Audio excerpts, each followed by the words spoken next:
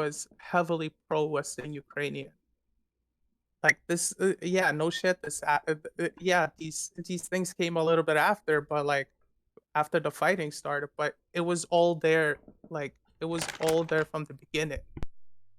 That's what I'm trying to like explain to you. Like this didn't. I'm trying to explain that this current regime is a pro. It is a pro-Western government, but it's Hmm. also a very. It's based around Western Ukrainian nationalism. But that's the Okay. difference is like you keep I on don't know. hiding behind this. I'm just saying it's descriptive, right? Because if I asked you, is a pro Western Ukrainian government a good enough reason for people in Eastern Ukraine to not only revolt, but for Russia to But help them? it wasn't only a pro-Western But not government. It only was also that, a pro-Western Ukrainian and whether nationalism or not it's government. a good enough reason for Russia to send its military in there and to back separatist groups that could barely, I think at their peak before the invasion, the separatist groups couldn't even control like a third of the region, which kind of speaks to Oh, how oh, oh, limited their influence was. So even if that's the case, yeah. would you say that like, you're not going to say any of that's justified though, are you? You're just going to say it's descriptive, right? What that The uprisings in the Russia? Donbass, yeah. Yeah, it Yeah, was. I mean, the fucking Russians were really, really aiding those uprisings in the Donbass. It's not like they just happened. I mean, there was the little green men. That's one of the frustrating things is at the time everyone knew that the Russians were aiding them big time, like basically instigating much of it. It was there were pro-Russians and they were supported by the Russian Federation. Yeah, they Yeah. big time. Okay, I don't understand. And the rest of Ukraine was supported by NATO and the US. But Like only one it of was those obviously a sides, proxy, only one of those sides was sending troops in and dude. recognizing breakaway regions. You see, there's a big difference there. You're right. Well, I don't think Russia. First of all, Russia didn't recognize those regions until like right before the war. Yeah. If Russia was pro So the Minsk Accords, which that's would have. not that. I feel like that's basically a disingenuous way to look at it if you're the one who has this sort of like great powers politics view of it. Because Russia, for years up until this main war conflict, has been like instigating a lot of shit through these breakaway like people, like these organizations and shit. So I mean, Russia's been heavily involved in this. They've been sending like unmarked soldiers and shit across the border for a long ass time. It didn't really just pop off. It only popped off insofar as the leaders of Russia acknowledging their efforts in Ukraine. Have turned Ukraine into a federal republic or something like that, which basically gave autonomy to the Donbass region. That's what it supported right up to the invasion.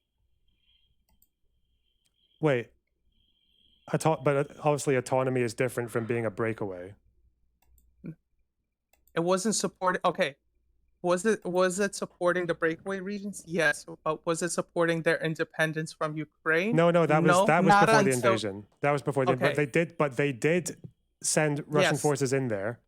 Yes. I I don't like I said before. This was the proxy war between NATO and Russia. This was Russia's red line. It wasn't No, going to let NATO come into its backyard. no, it was not a proxy war. Even I hate this rhetoric so much because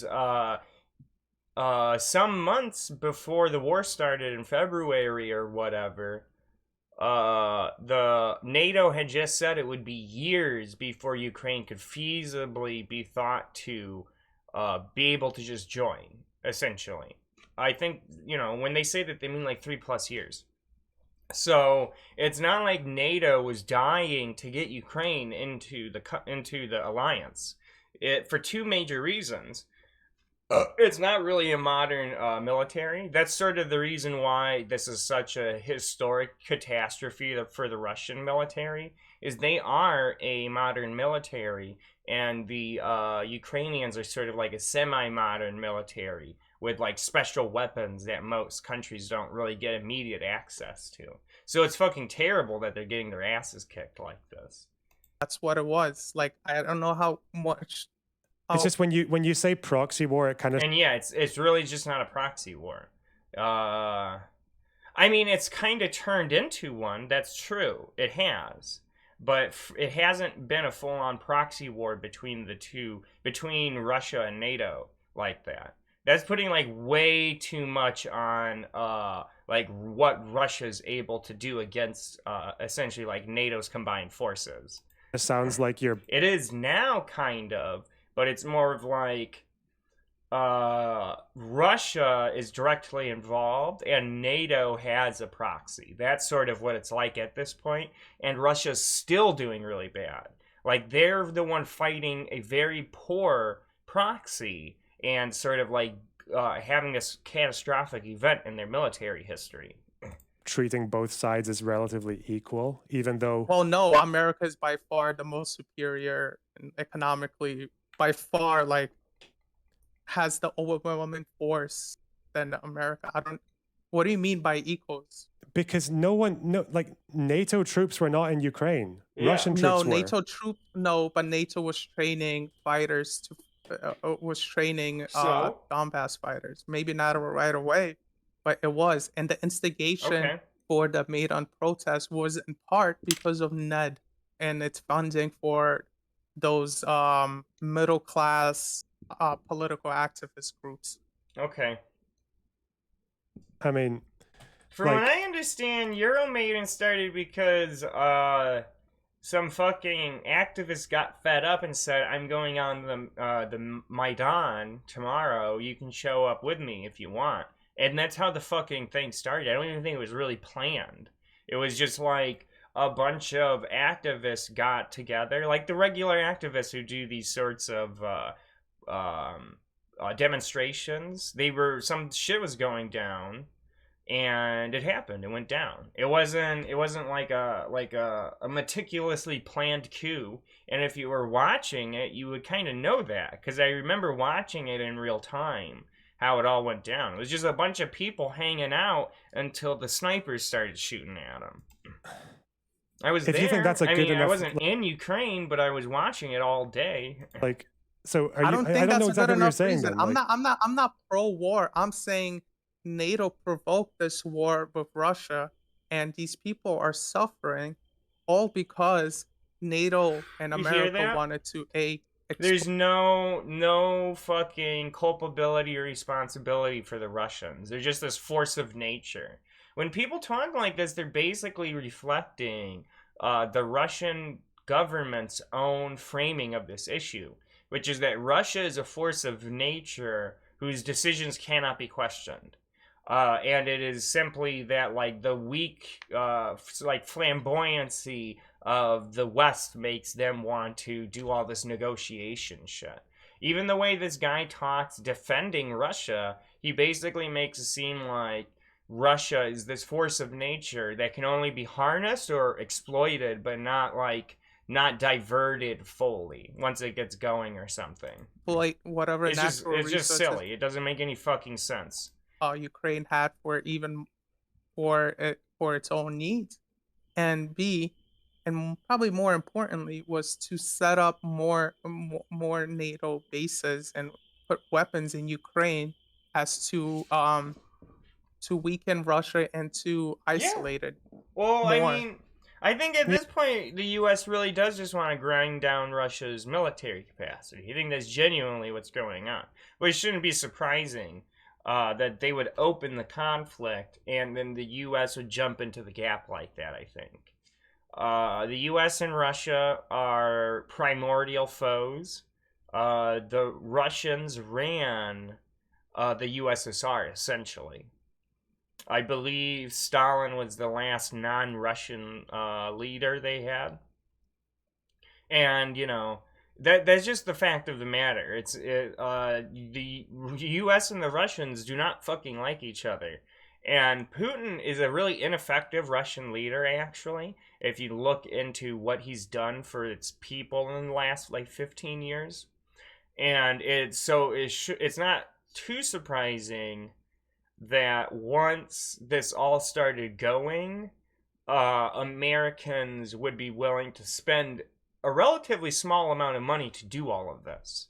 I think it's completely in our interests, both sort of in this like moral watchman type weird like paternal figure that Americans like look at America as, and in our geopolitical interests practically to do all of this. Yeah, and I Like- feel like if Like that's sort of the force of nature that's acting right now. The Russians just want fucking Ukraine. It's that simple. I don't like. Yeah, I mean they say it. If you follow Putin's like the great texts of Putin in the last 10 years, they can follow to get his mindset. He just fucking wants Ukraine.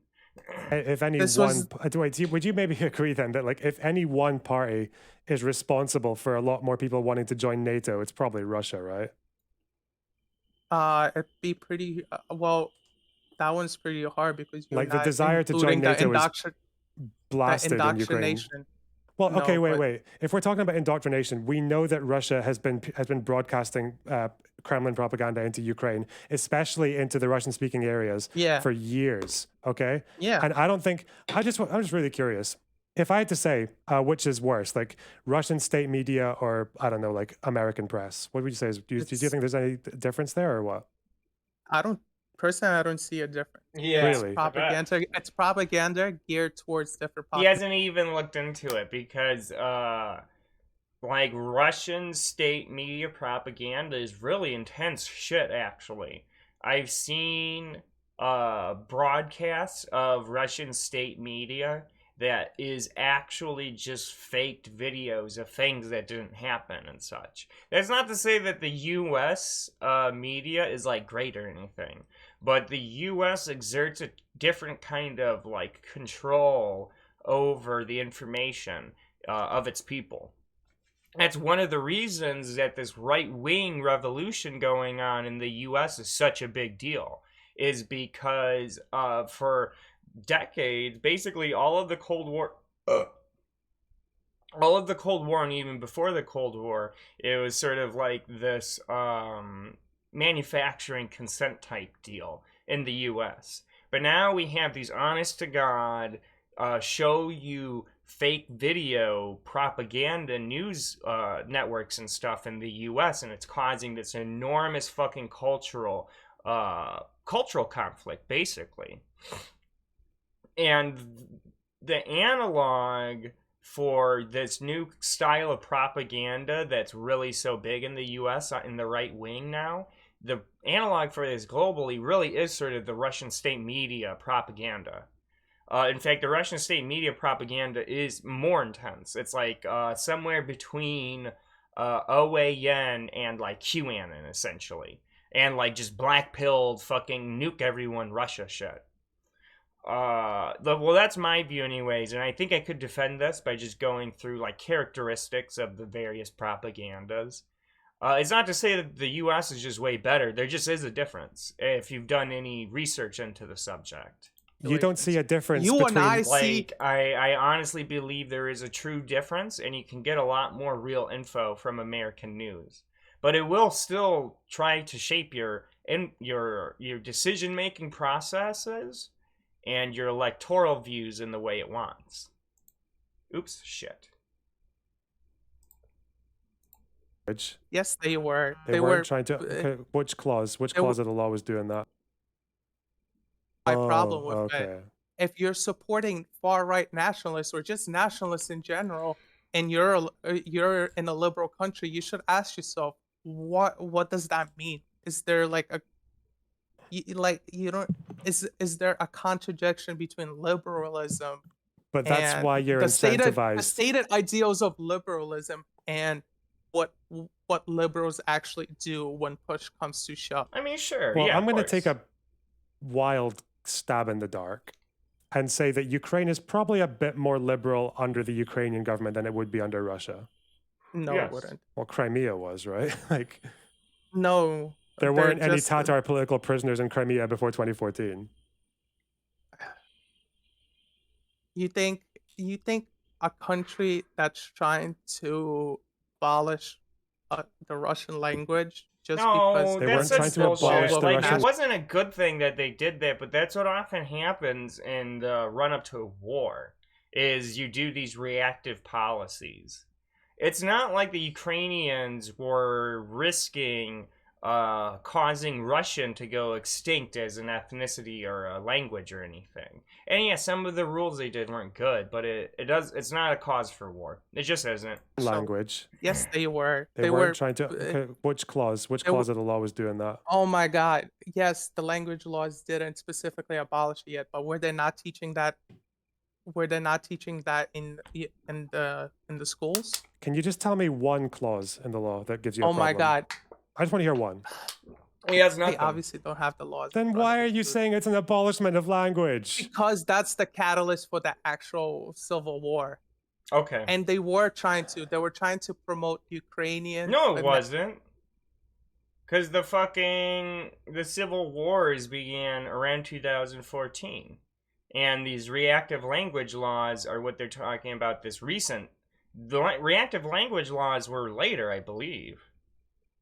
I think they may have even been under Zelensky, who was president later. Western Ukrainian language and Western Ukrainian nationality over Eastern Ukrainian nationality and Eastern Ukrainian languages.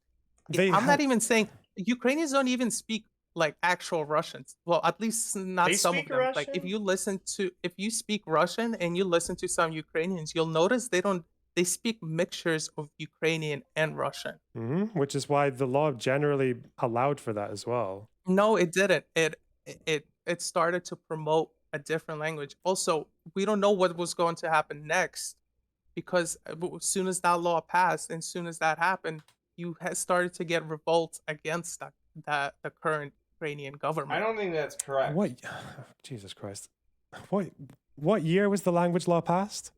Was it 2015? It was 2019. No, I think it was 2015. It was introduced. It was passed. Yeah, it looks like it was passed in 2019, wasn't it? Like, okay, it was passed in but it just was as introduced- Zelensky came in. Right.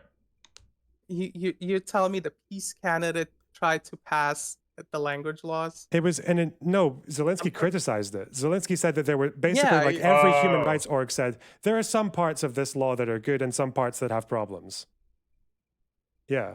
Oh, That was okay. basically Zelensky's position. Because No, Zelensky's a native Russian speaker. Yeah. No, his position was you could speak whatever language you want. I'm pretty sure he was against the language laws. Also, there's like a Hungarian minority So there then- too. That was like So then they had a more amenable president, and there still has to be a civil war, and the Russians invade. I don't know. that would have been a It sounds like it's like a cloud of ink that an octopus might squirt out. It's just nonsense. That's what's going on right now. affected by the same language No, law. EU languages were exempt. Apart from, I think, for like the public sector. EU where, languages were. yeah. That's funny. For most it clauses, was yeah. it was the decommunization law, right? Okay. What's he talking Which was the de-Russification. Yeah, that's right. The city I was born in got its name changed. It went from Dnipropetrovsk to Dnipro Mhm. because of the decommunization. What the fuck?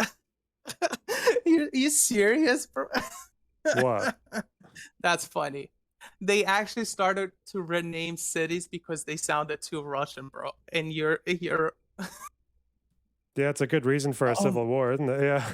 yeah, it is. If you Yeah. identify with a certain nationality, That's or a bullshit. No certain- one has ever started a fucking civil war over the names of shit like that. That doesn't make any sense. I bet there is like one civil war that was literally started over a name change. That's probably like a counterfactual to what I'm about to say. But no one really has started a civil war over a fucking name change. It's way more complicated than that. And in fact, this guy who's arguing with Lonerbox right now that we're watching, he claims at some point to be a socialist and a materialist, which means that how could he like view fucking like name changes to be a catalyst to war? I'm not a materialist, and I still think it's material required enough to not be a catalyst. Belief structure, and you seeing that and you see that coming under attack. Some people are going to go up in arms. You're talking about defending Ukrainian sovereignty, and then you're also downplaying these people defending their own identity. Well, that's the problem, is that like Ukraine is probably one of the only countries in Europe that, and every human rights org said this as well, is that Ukraine is basically one of the only countries in Europe where a language law like might have some justification because of what Russia was doing, not only for the last 200 years, but even just recently when it came to the fact that they were like utilizing broadcast networks to push Russian propaganda, especially into the Donbass and into Crimea. And that was why like a lot of these language laws were just about regulating like the output of media. Like, I don't think there's any problem with like innately with promoting a national language. You're in your analysis of this, or I don't even know what to call it. You're both okay with free press censorship, and it wasn't censorship.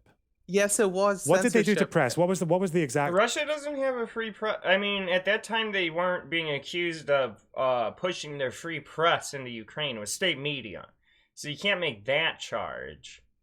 Russia did have a free press to some extent before this war, but that's all basically shut down. They're in pretty much a totalitarian-esque war mode right now. But yeah, this is a known fact that they push this like fantastical propaganda into Ukraine. These aren't like these. It's frustrating because I really feel like he's just making shit up out of thin air, because there's both NGO and governmental organizations and just like unaffiliated press organizations like Bellingcat who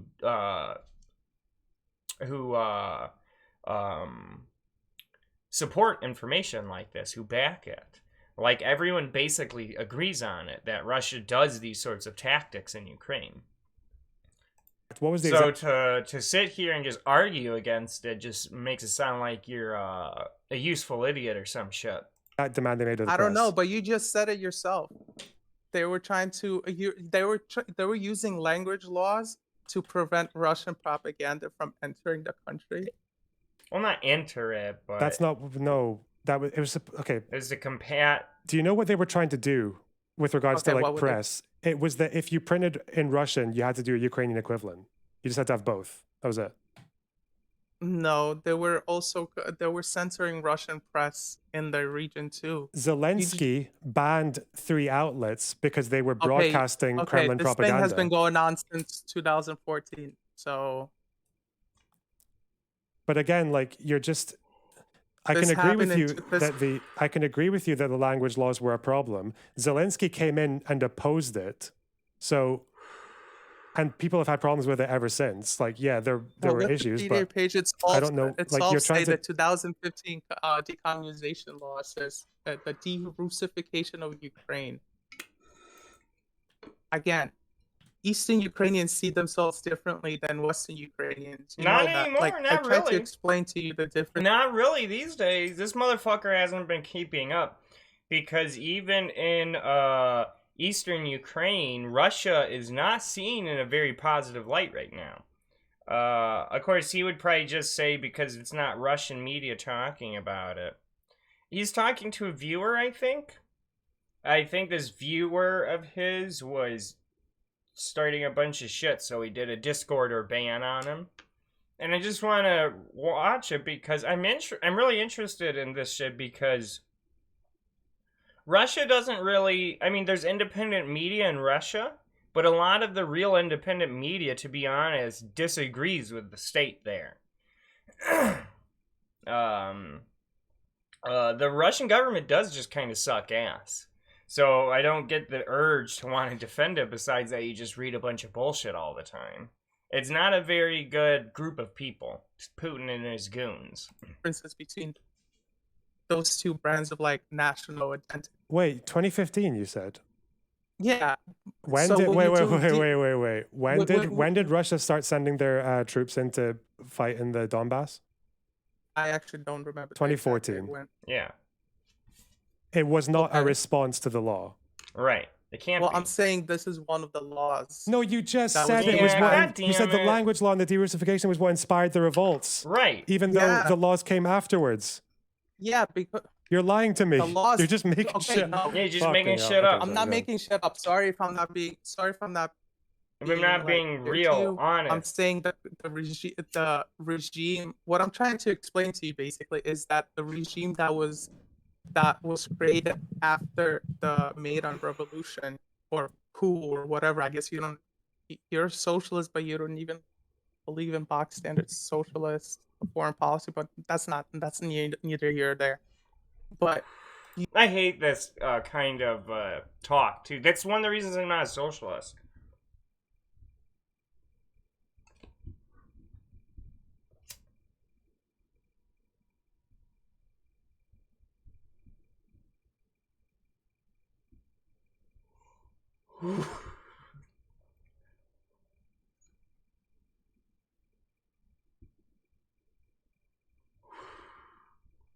Online socialism sucks ass. It's like this weird identitarian shit.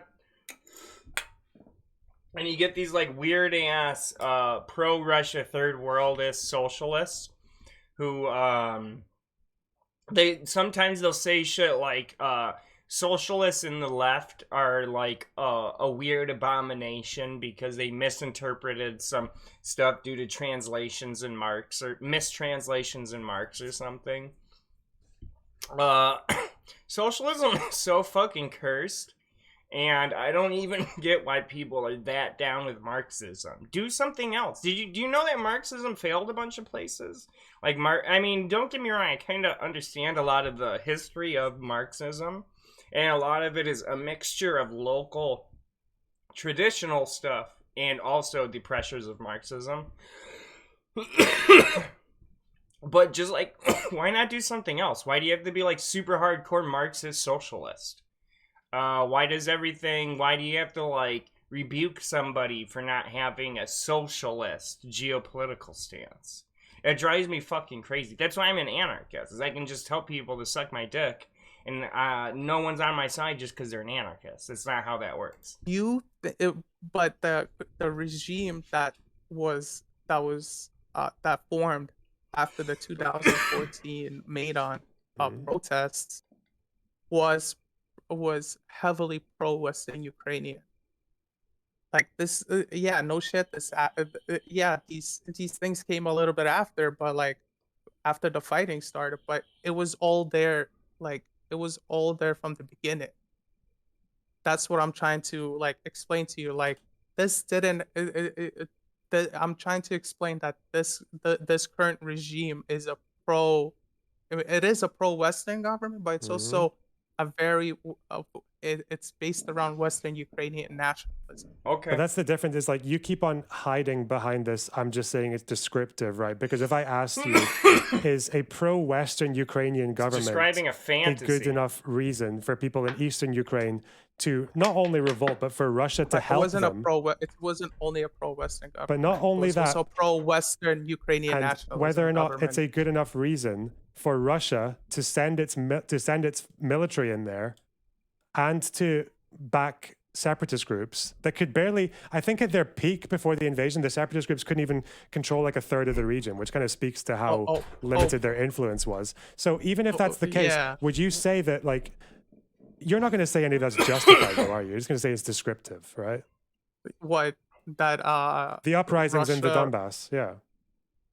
Yeah, it was there were pro-Russians and they were supported by the Russian Federation. JD Delphine, a moderator in Lonerbox, as he says, so many Dugan two-faced thoughts. Yeah, that's true.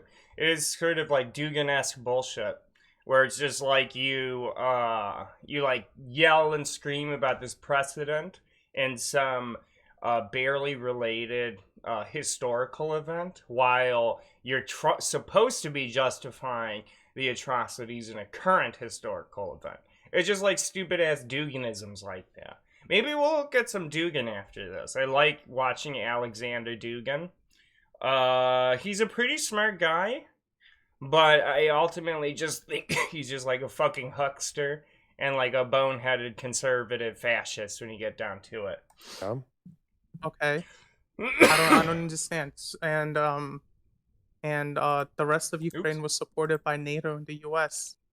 But Like, only one of it was those obviously a sides. proxy. Only one of those sides was sending troops in and Dude, recognizing breakaway regions. You see, there's a big difference there. well, I don't think Russia. First of all, Russia didn't recognize those regions until like right before the war. Yeah. If Russia was pro the Minsk Accords, which would have turned Ukraine into a federal republic or something like that, which basically gave autonomy to the Donbass region. That's what it supported right up to the invasion. Wait. But obviously, autonomy is different from being a breakaway. It wasn't supported. Okay, was it supporting the breakaway regions? Yes, but was it supporting their independence from Ukraine? No, that was not before the until, invasion. That was before the. Okay. But they did send Russian Yes. forces in there. Yes, like I said before, this was the proxy war between NATO and Russia. This was Russia's red line. It wasn't going to let NATO come into its backyard. That's what it was. Like, I don't know how much. It's just when you say proxy war, it kind of sounds. They really make it seem like NATO is trying to get Ukraine into the alliance, and they're not. They don't give a fuck about Ukraine in that way. Sounds like you're treating both sides as relatively equal, even though. Well, no, America is by far the most superior and economically, by far, like, has the overwhelming force than America. What do you mean by equals? Because NATO troops were not in Ukraine. Russian troops were. But NATO was training fighters to Donbass fighters, and these about press standards, entrepreneurs, right? Do you think that all Russian oligarchs are comparable to like American entrepreneurs? Yeah, actually, yeah, they're exactly the same. Really? You think That's funny. That's some funny shit because it's not at all true. No, that doesn't make any fucking sense because there's like millionaire entrepreneurs, but there's no millionaire oligarchs. Oligarchs are just like these huge ass, basically institutional figures in Russia. That doesn't make any fucking sense. It's dumb as hell. Yeah. Okay. I think I'm done with that motherfucker. I might watch this Destiny Hake stuff. I know it's banned on Twitch, but hardly anyone comes through here. No one who's gonna fucking snitch on me. So I might just watch this. And I'll probably upload it to YouTube or something. Me watching it, I mean. I don't know. I'll think about it. What else do I have that we could look at? What else? I didn't want to turn into just like a Vosh guy, so I might watch some Vosh. I didn't want to watch him too much, though. What is a woman? Trans debate? Debating trans identity. Conservatives don't know what a woman is. Yeah, a lot of his stuff really is about like trans stuff. I know he's really concerned about that. What was Rhizome looking at today? Because I think there was something he was looking at that I might want to talk about. Let me check out his stream. He's done now, seems. Alright, I'll give you a little context. This Dark Viper guy. Dark Viper. Oh yeah, he got into it with H3. Dark Viper was ultimately right about a lot of this shit, I think. And H3 was really, or Ethan was really fucking ignorant about how much you can incidentally take from a video maker when you're a live streamer, especially if you're a huge one, someone like Hassan or something. Election in the right city. This is a real thing. This is a real issue, I think. It's not an issue for me to like watch Rhizome or some shit. Like, it doesn't really. Everyone who watches me probably watches Rhizome. So I do too. It just depends on his team. We know Jason. I was in a that's Chip, so. Dude.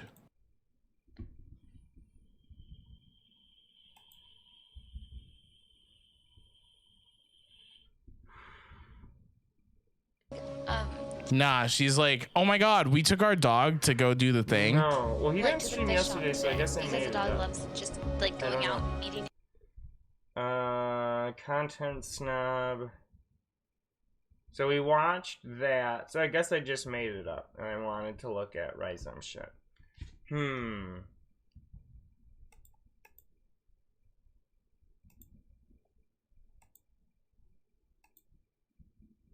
Oh, I could take a look at Reddit.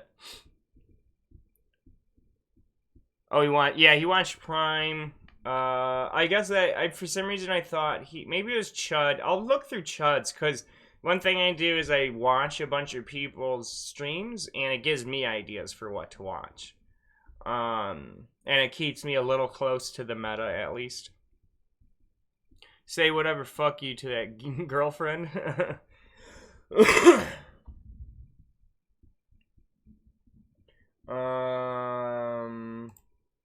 Let me check out Chud. What was he doing today?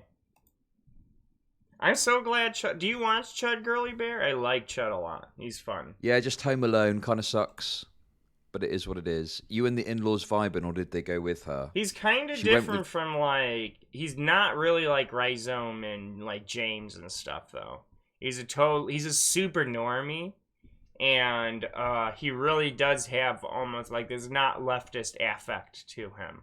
So I know why a bunch of people don't like him. Went with them, yeah, the whole house to myself. Like, I don't mind, like, not leftist or whatever. He is supposed to, I mean, he's supposed to be, like, a Marxist or some shit, so I don't know. He's supposed to be actually a leftist. That's Prime showing his true self, like that Dylan Cat issue. He wasn't all innocent like he was trying to play. I mean, probably not. It didn't, I mean, that's the thing with that shit. That's why I don't get involved with, like, that kind of online romance type shit, is a lot of people kind of do weird shit because it's super anonymous. Or it's not anonymous, but no one has to know unless one party tells somebody, right? There's no evidence for anything. So it can get weird, and especially when you get, like, power dynamics with a big, small streamer. Then it can get really fucking weird. Yeah, I like Chud. I think he's fun. I really like his sense of humor. first of all, there would be the person would do that purely. Sure. Yeah, I'll just go Oh, get Is he Australian? I have no idea. Okay, well, really straight good. man, thanks for coming. I've watched a couple episodes and shit, but I just don't watch shit anymore. I'm not like a television show watcher. Yeah, now Mark tells me that. Help me. He's been keeping me hostage here for 2 fucking weeks. 2 weeks, man, 2 weeks. I gotta get out of here, please. Okay, it looks like he didn't do anything interesting.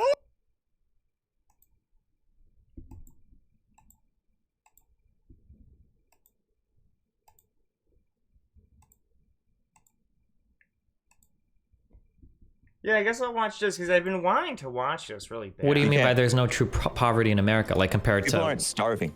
Do you think that that's the standard that we should hold ourselves to? I feel like conservatives live in this weird world where, on one end... I'll watch and upload, I'll cut off, or maybe I'll just upload the whole VOD to YouTube or some shit.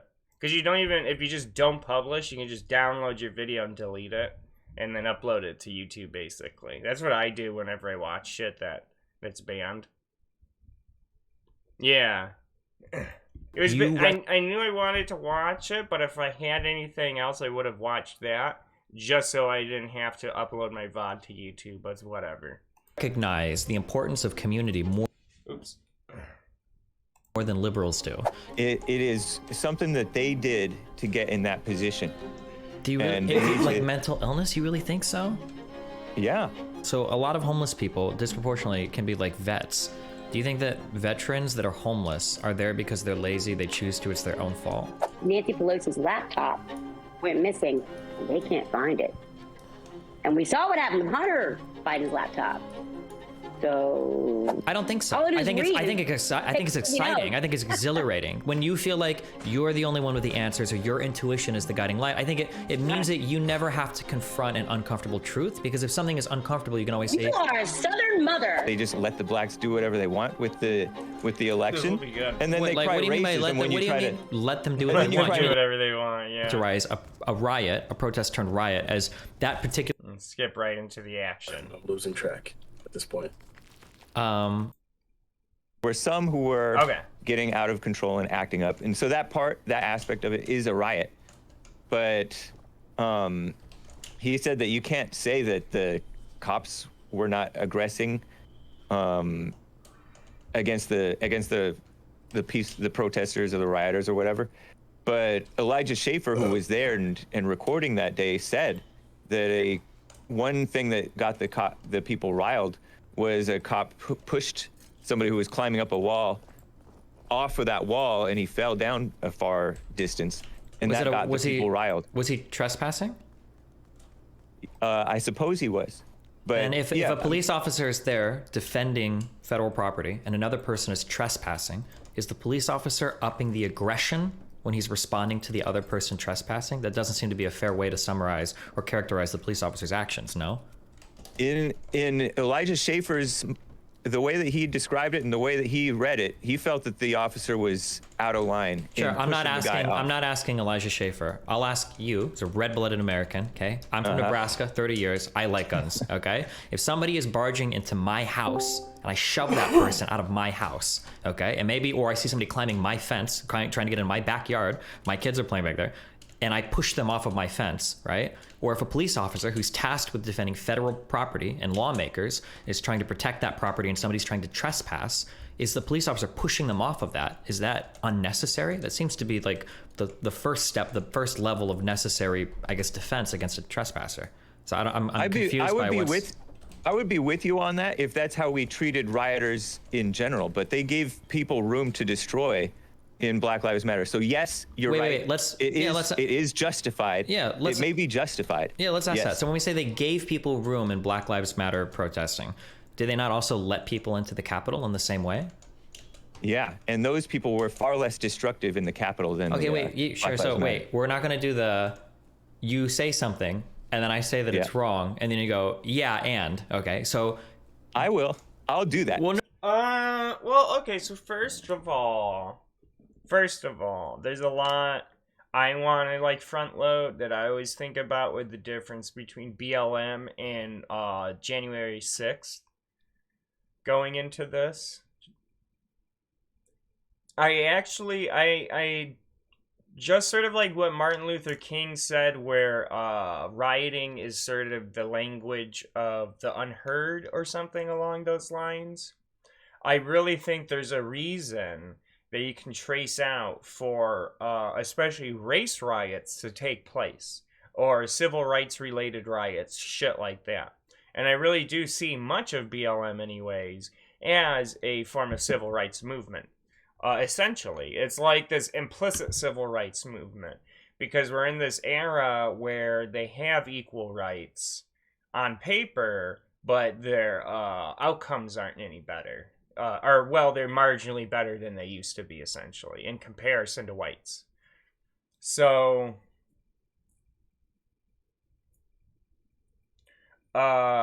this damage that they might do to, the commercial area of a city or something, it's not good. It's not morally good that they're doing this, but it is a result of all of this pent-up tension and this resentment towards these nicer things that may not have anything to do with their day-to-day life, that are essentially built on the backs of their poverty.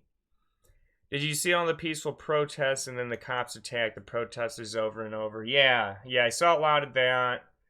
I believe the percentage, the old percentage, 90, I think someone actually looked into the real data, it's closer to 95% of all the protests were completely peaceful, and then only so many were what you would consider a riot, not even the rest of the 5 or anything.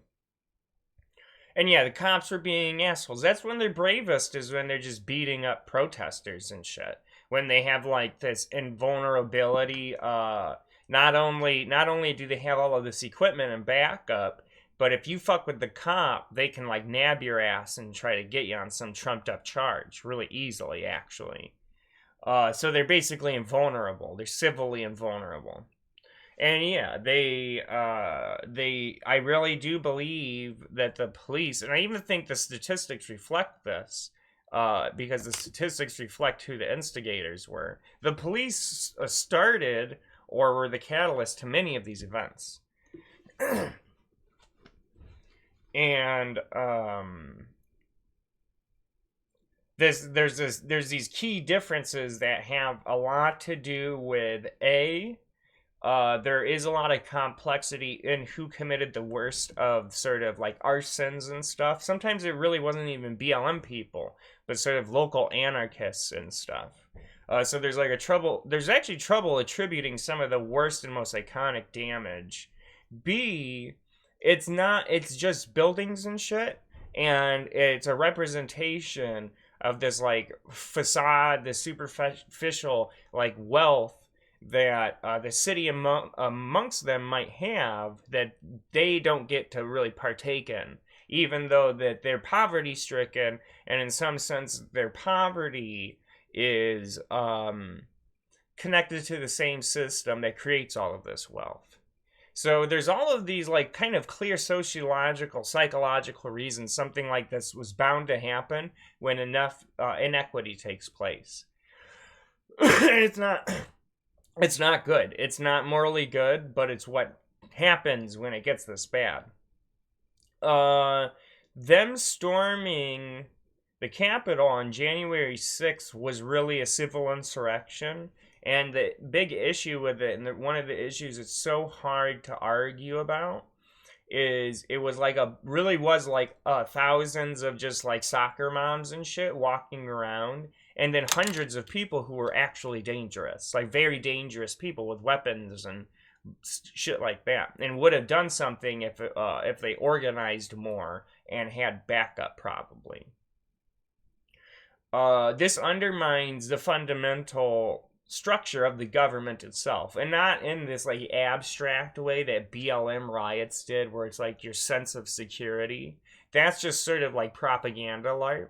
But actually, like doing a fucking insurrection on the country is a big deal, even if it's a disorganized mess where only like 5 or 10% of the participants are serious about harming anyone or some shit.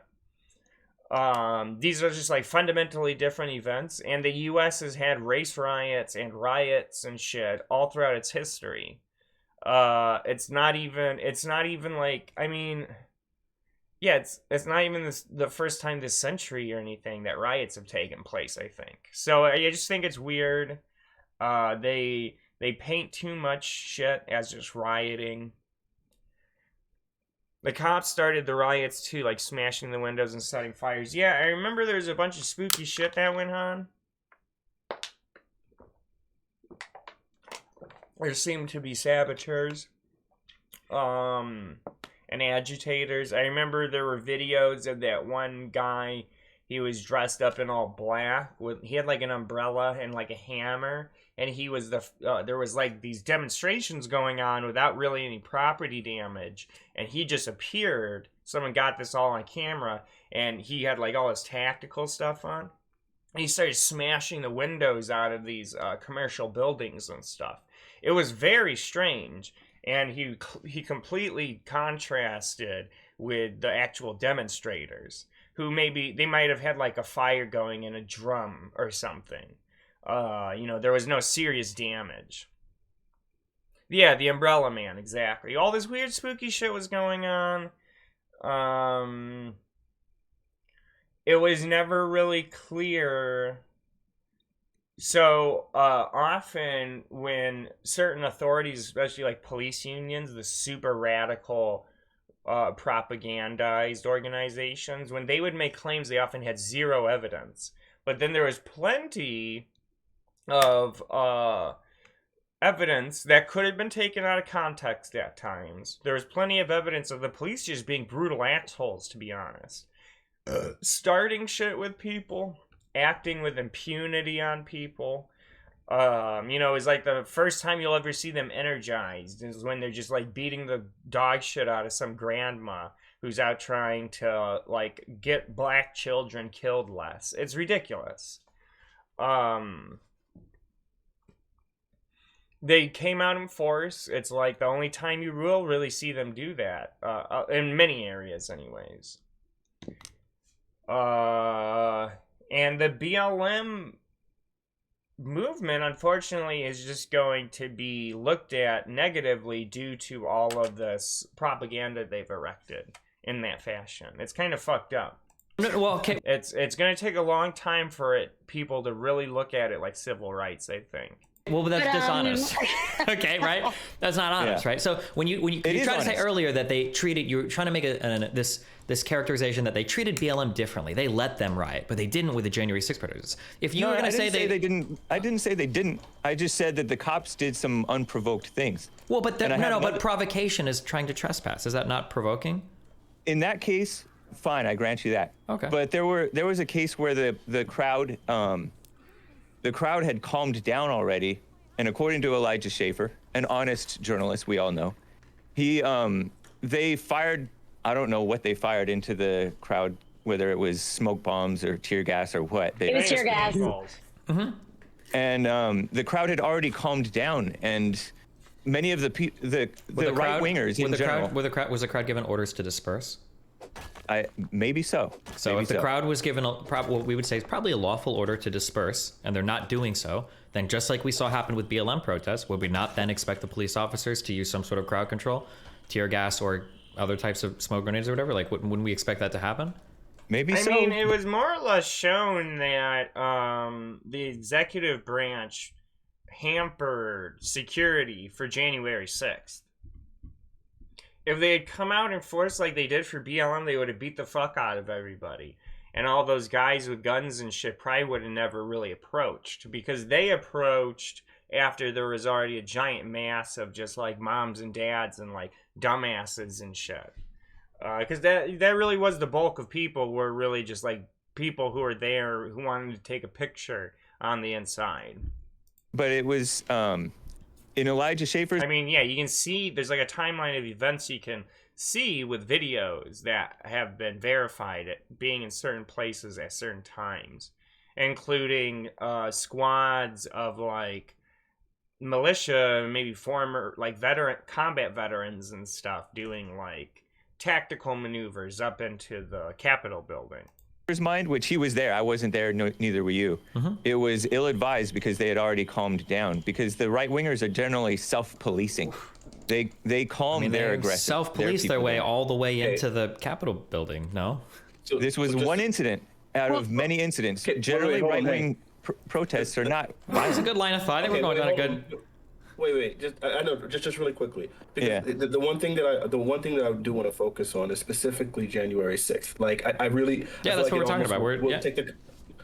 I don't want the conversation to really kind of center around BLM or any other organizations or any other sorts of riots or violent protests, because this is an indictment of those things. Otherwise, the big thing is that the assault on the Capitol really wasn't an insurrection. It was just a shitty one.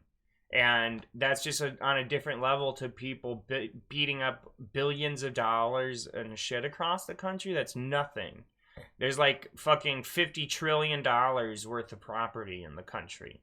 We ended up going down a rabbit hole trying to defend BLM or trying to like argue about whether or not BLM was actually violent or not, or so on and so forth. But just focusing on the merits specifically of January 6th itself, would you say that there were protesters there that shouldn't have been? Were there protesters aggressing against the Capitol, and were the police officers defending that, or the Capitol Police defending that? Yes, and the double standard is important. It brings a lot of light to the situation. Well, can't we both come together and say it was bad when BLM rioted and it was bad when Republicans rioted? Can't we just say that? Yes. Okay, cool. So you agree that January 6th was at the very least a bad event that they rioted at, right? Yeah. Okay. Isn't rioting in any form like not good? You know, I mean, even like in the '60s when they had problems, like with protesting things like that, there were also like repercussions that came from that as well. There were issues with soldiers having morale problems. As a matter of fact, I watched a documentary today on a soldier that got the Medal of Honor, and he was talking about how when they talked to him at the first space meeting, he would speak in front of these 1960s Vietnam protesters, that they said, "We're not attacking the warrior, we're attacking the war." And they want to make it very clear that what they were up against wasn't each other. It wasn't him as a person. It was protesting the problems that were going on. Right. And I think that we can come together and agree in the middle that that's exactly what's happening now. I don't think that we're fighting each other. I think that we're fighting, all the things, all the tyranny, all the problems. I mean, God, like our country, we've had some problems for a while, and causing a riot or storming. We're kind of fighting each other, though. I think that the Republicans are fighting the not Republicans. I know that. Capitol building obviously has not helped. It just made things worse. So I mean, we have to figure out a way to come together. We have to figure out a way to understand each other, because if we don't, the repercussions are just catastrophic. Okay, I love that, but let me ask you this really quickly, because we didn't get your take at the very beginning of this because you're having a few technical issues. Would you classify January 6th as a riot, as an insurrection, or how exactly do you define it? Do you feel it's being overblown by the media? How exactly do you think it should be framed? Consider it more of a coming together of people. No, I'm just kidding. Like, that was legit. Like, I could say, it just depends. I mean, it's all about which position you're in. I hate fence riders. I hate mealy-mouthed, fence sitters. But I'm gonna say right now, like that's the situation where I was not there. I have friends that were there. I have a friend of mine right now that's been sentenced to 30 days. It's a fucking riot. He's going to have to go to jail for walking in the building after a police officer let him in with a smile. And he's like, I didn't even realize what I was doing. I didn't understand the repercussions of this. I've never done this before. He's like, it's like the second rally thing I'd ever been to. I didn't know what was going on. Oh, because I definitely wasn't trying to hurt anybody or kill anyone. His second rally was a fucking riot. Congratulations. To be super clear, that doesn't matter, right? Would we ever allow that excuse? Like, I didn't know I was breaking the law? You're absolutely correct. Intentions don't matter, because at the end of the day, you are responsible for the company that you keep. What they say about one bad apple, and unfortunately, that's true in our society as well. Like, you can't just let something go. In South Carolina, we have this thing called the hand of one is the hand of all. That means that anyone who's in the car and there's drugs found, everyone goes to jail. It doesn't matter that it's not yours. It doesn't matter that it wasn't even on your person. All that matters is you were in the car together. You ride together, you die together. That's how it works, with the law at least. And I guess you could say it was a What the fuck is she talking about? I mean, I don't like that word, because I feel like there were a lot of little old ladies that got pushed. It was a fucking riot. If they could have done more, they would have. It's that simple. Yeah, she's dumb as fuck. I don't know what the fuck. She's just jabbering, just blah blah blah blah blah blah blah. She doesn't know what the fuck she's saying. I think Destiny knows that. I'm stupid because they didn't understand. He knows I feel it like better my friend than didn't either of understand. us. Not because he's not smart. I feel like he underestimated the people he was doing business with. He didn't understand, like, the QAnon crazy people were there. He didn't understand that, like, there were people that were going to commit violence. I don't think he got that, because he legitimately was, like, caught up in the concept of, like, we're doing something together. Like, because the speeches that Trump gave, the speeches that people give, it incites this feeling of belonging to something. And if anything, we all are suffering to find somewhere to belong. This is fascism. I don't want to, like, say that word, because then I have to say that,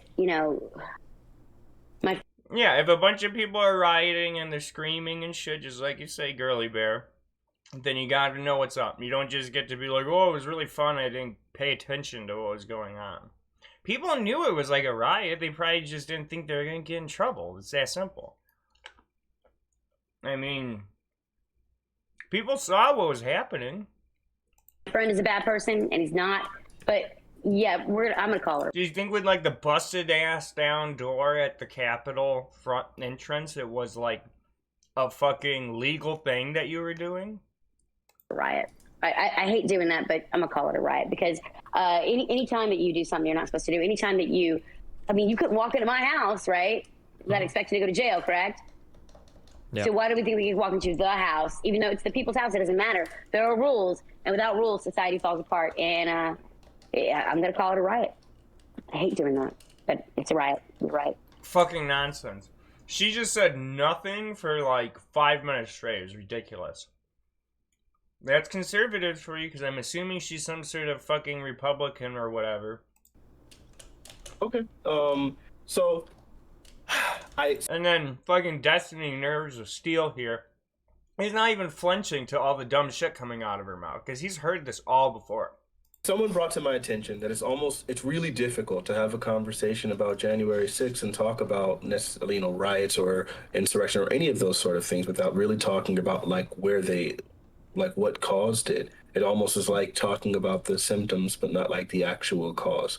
And so for some people, the cause it sounded like I think Destiny kind of alluded to the idea that Trump was kind of like creating misinformation that led people towards, feeling as if the country was being stolen from them. And do either of you two, I already know Destiny doesn't, obviously, do either of you two feel that was the case? Do you guys feel like the election was stolen? Uh-oh. I think every election's been stolen, y'all. Like, come on, like, you remember the Hanging Chad stuff? Like, come on, there's all that. I do not believe in the two-party system. I think it's a cult. Wait, what did she say? I think every election's been stolen, y'all. Like, come on, like, every election's been stolen. That's bullshit. Fuck you. What a nonsense response. She should be kicked off the panel just for that. The Hanging Chad stuff, like. Yeah, fucking when it got rigged in your guys' favor in 2000, you mean? That one? And then we had the worst shit ever happen to the fucking country? God damn. Ugh. This is how they always talk about shit. Come on, there's all that. Oh, I'm sorry. I do not believe in. I mean, I shouldn't frame it like that. The worst thing that ever happened to Iraq happened after they rigged that fucking election with the Supreme Court. And it was like the worst geopolitical decision we could have ever fucking made was to start a second war on the Asian continent. The two-party system, I think it's a cult. I think that we screwed ourselves. I think that you can't depend on like this one or that one. Like that's a terrible, like that's what you do with toddlers, you know? You go, which color? Do you want the blue one or you want the red one? And that's what it feels like to me. It feels very insulting. And I do have to say that the QAnon stuff really ramped it up. You know, we had all these little ladies that were sitting at home and no one had anything to do. They're sitting there in front of their computer, you know, freaking out, feeling helpless, finding something they can put their beliefs and their help. Like, I can do something. I can talk about things.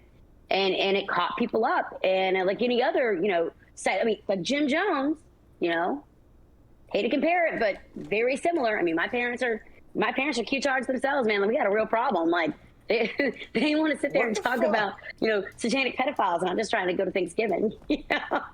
Yeah. This is fucking garbage. Her brain is Swiss cheese. It's smooth. Her brain has no wrinkles. She's just like an NPC, just like Hake. And then Hake, look at him. He's just staring fucking straight into the camera. He's just an android waiting to start saying some like dominionist theocrat shit. That is what he's doing. He is like recharging right now. He is in a completely neutral sleep-like state, just staring straight ahead. It's kind of weird because like Fnatic is the moderator, and then Destiny just has these two dumbasses to talk to. I wouldn't know how to talk to these people. But I mean, that led up to it. I think definitely. I think that Trump did not help though. He could have helped.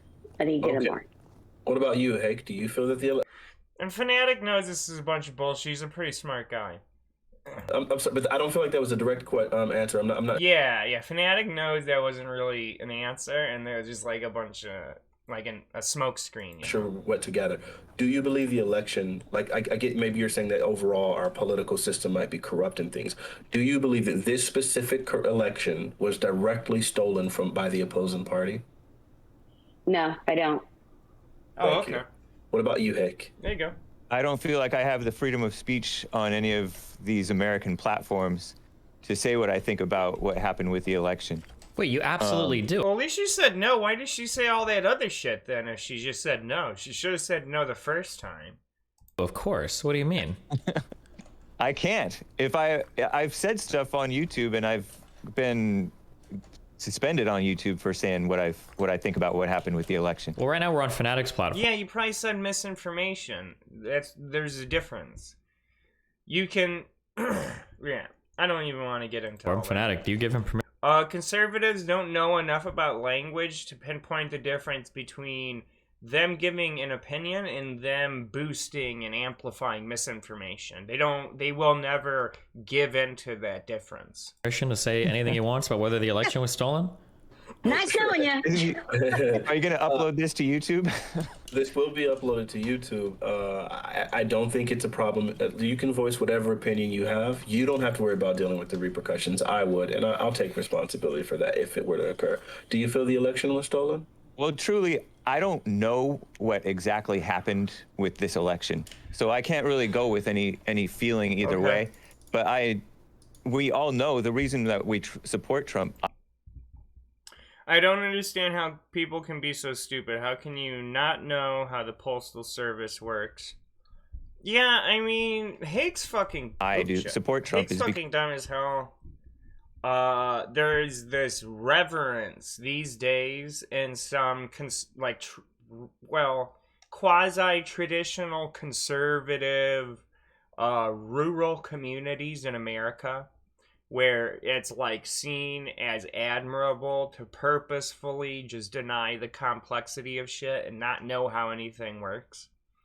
It's basically fascist shit. It's like the US has an especially virulently stupid strain of fascism, and that's just how it is. And it's like this fucking guy. And like whatever compels this lady to talk way too fucking much. That's also part of it. Because I feel that the country has been stolen from us by people who support evil. They support the open borders and degeneracy and everything else. And a lack of freedom. So, and we have a dishonest... Like what? What's the lack of freedom?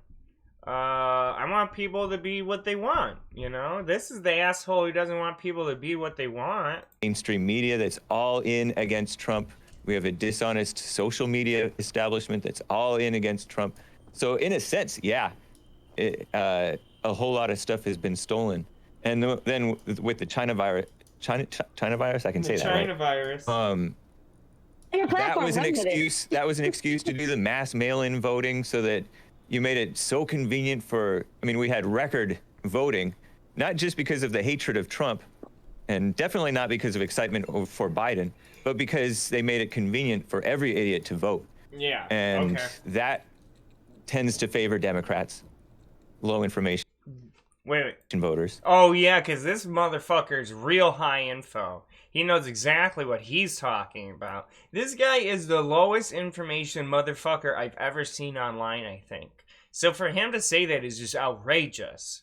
This guy votes on two things. I'm a Republican and fucking abortion. That's it. This guy is as low of information as you can reasonably get without having to be in some sort of fucking institution. Like, it blows my mind that they make that claim. Trump votes by mail. Yeah. Fucking Republican, like, non-wealthy Republican voters are the lowest information people I've ever met in my fucking life. It's worse than low information. They have disinformation. That's the fucking problem. My fucking dad has been in a union all of his life, and all he does is vote Republican. It blows my mind. Like a bunch of Republicans these days, not all of them. It's usually just like the hardcore conservative Republicans. They just lost their touch with reality. It's kind of ridiculous, really. Do you think that you should have to take a test to vote or something, or what does that mean? Like, do you think I think we should have high propensity voters, meaning people who actually love and care about the country and know what they're doing. Those people should be voting. Maybe it should be landowners, men, as opposed to. Well, wait. Well, I'll push on every single one of these. So only people that love the country can vote. I mean, it sounds like right now you feel like the country is turning evil and degenerate. Yeah. Couldn't somebody argue that you shouldn't be allowed to vote then? They could argue that. And that's why we need Right now, evil people are but ruling I'm saying over like the evil could arguably be in the eye of the beholder. So who's even determining who's allowed to vote at that point, right? That doesn't seem like it would be realistic. Maybe we can toss that one aside, right? Whether you love the country, there are plenty of reasons to be critical of your country, but still love it. You can think that there's a lot going wrong, but still love the country, no? That is honestly fascist shit, is to put it like that. The only way I can imagine that working out is when you restrict basically all, well, like you said, electoral power only to men and landowners, which is fucking dumb. I've met a lot of landowners back near my hometown area. They're just as bad as anyone. They're not fucking special people. Yeah, that's what's happening. That was what Trump did. Well, definitely. Sure. And when you say like landowners, does this mean like if I'm renting an apartment, I'm not allowed to vote? Yeah. That might be part of the solution. Yeah. Why? He probably has some like dumpy ass mediocre house somewhere, so he thinks he's like a founding father or some shit. So what, like a fucking billionaire that has all of their money wrapped up in the stock market won't get to vote? Well, what kind of dumbass shit is that? That is literal early modern thinking that has nothing to do with real life. Then it's that is dangerous itself, wanting to go back to early modern thinking. Why would somebody that owns a land versus somebody that rents should have more of a say in how the country is run? Because they have more to lose, and the people who don't own are messing things up for the people who do own. Wait a second. More to lose? Arguably, no. Transient. I would say that a renter generally has more to lose than an owner of a piece of property, no? Like the owner of a piece of property is losing a revenue generating asset. The person losing what they're renting is losing a place to live. Yeah, but I mean, people are not going. I mean, people are quote unquote homeless here in this country, but they're spoiled homeless. No, they're not. And so, like, there's no true poverty in America. He's a dumb. What do you mean by there's no true poverty in America? Like, that's this funniest shit. Cause like I know that's wrong. I've worked at emergency homeless shelters. I've worked in like, So basically, when I was in community college, I transitioned from working by hand, like manual labor, to just all sort of thinky or charity type organization type stuff. And I worked for like a year at this homeless shelter, an emergency homeless shelter. Not like something where you sign up and over time you become a resident. But this fairly small place, this fairly small old factory that was turned into a place for people to live in this fairly small city called Aurora near Chicago. Like 200 or 300 people a night would show up to this thing, and they were in rough fucking shape. These people's lives were not nice.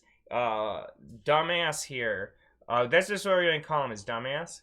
Dumbass here has no idea what it's like to be a homeless person in a city in the U.S., especially in the north, during winter and shit. He has no fucking idea.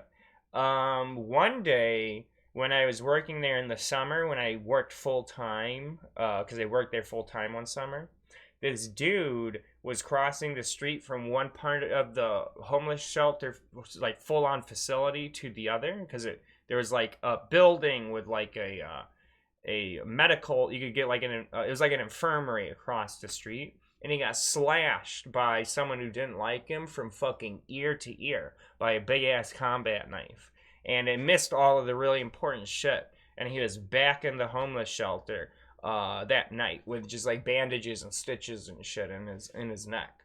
But like fucking terrible shit happened to these people, and they were all like ultra traumatized.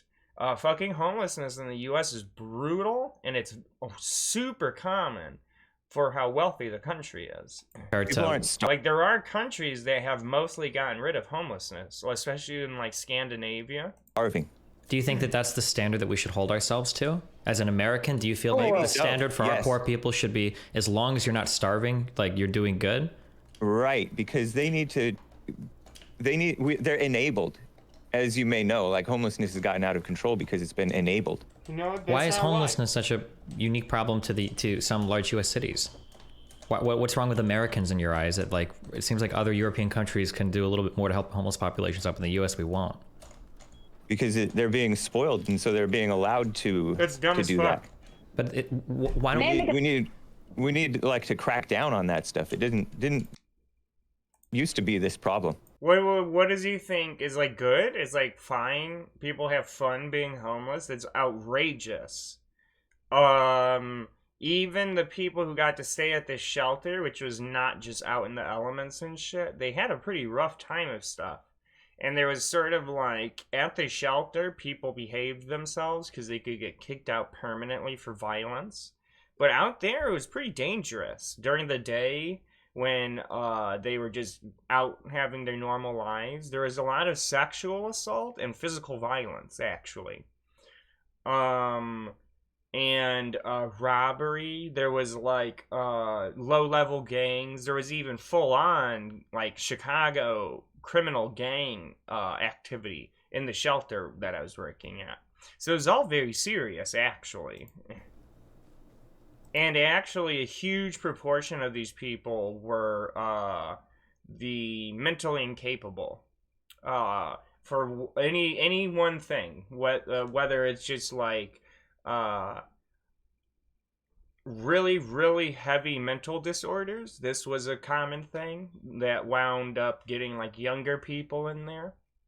Or they might have like a really heavy mental handicap. There were people who probably only had like a 60 or 70 IQ in there, I'm sure. And they would get abused by housed people and other unhoused people. This was very common. They just live a life of like living in the elements and exploitation. It's not spoiled. They're not spoiled. One of the hugest reasons that there's such a high homeless population is because all of these mentally handicapped and highly disordered people have nowhere to go in this country. And no system to work through. The more socialist we've gotten, the more giving to the poor that we've gotten, the worse that they've gotten. He's a dumb fuck. And just because you're not starving doesn't mean that you're eating proper food, because there's a huge difference. When you eat well, you feel good. And there are food deserts all throughout the country. I feel like this guy's gonna be really. People can make better decisions. Yes, but at the same time, like. I don't even know what my goal is for this conversation. To this urban society. Right, exactly. I saw Hunter have this exact. He didn't talk, but he sort of did the same thing where he was just like looking off in the distance, sort of like tormented. What do you fucking do with this guy? Because I know he's wrong, but he's never gonna give up. And now we're moving back from the urban society to the agrarian society. I've noticed people are fleeing the cities, and for good reason. But the whole point is, like, just because you're eating something doesn't mean you're eating good food. McDonald's is terrible for you. It's not food. Preservatives. I mean, as a mom, like, I wouldn't feed my kid some of the crap that people feed their children in neighborhoods where they don't have that kind of money. Anything you find at Walmart on the shelf is not going to be necessarily healthy for you. And I don't care which aisle it's in. I don't care if it's produce. It's not good for you. I mean, part of the big issue is just people eat way too much fucking fries, too much sugar when they go to McDonald's, and they eat too many calories. Nice. And it's not like it's fucking acid that just eats through your organs or some shit. It's not quite that bad. I don't understand why we, when I look at more conservative Americans, I don't understand why you have such an aversion to helping other Americans out, why we have to pretend that every single man is an island.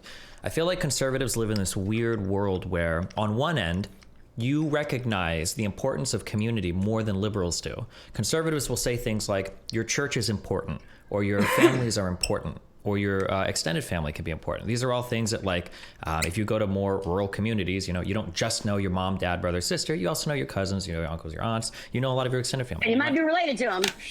I'm not going there. Okay, and then like for your churches, like these communities are important as well. But if you want to extend that idea just a little bit more, it's like somebody that relies on their priest or pastor for advice, or somebody that relies on a brother or sister for a place to stay. Like, these are good, worthy, hardworking Americans. But if we broaden that a little bit more to a social safety net, all of a sudden they become worthless, lazy, degenerate losers. Why? Yeah. Have you seen or dealt with the homeless people around here? Yes, I lived in LA for 3 years. I have, and I've done volunteer work at my city in Omaha. I've been around the United States to quite a few different places. Yeah. Okay, volunteer work is basically where you're gonna get real experience. It's not, just like living in a city doesn't mean anything. I live in Chicago, and honestly, my view of homeless people has changed due to just my social changes. Because I don't do these things anymore. I'm very involved in my career and my education, and I'm going to be changing cities soon anyways. So I really haven't been doing anything like that. But, like, just living in a city doesn't fucking mean anything. Living in a city, homeless people are sort of just like this, and honestly, it's fucked up, but they're kind of irritating. I understand why, because I've seen what it's like to be a homeless person, so they just have this totally different experience of day-to-day life than us. But I've had a bunch of experience with like homeless people in pretty rough conditions, and honestly, I would have to say I would expect most of them should be in some sort of system that takes care of them, including a lot of veterans actually.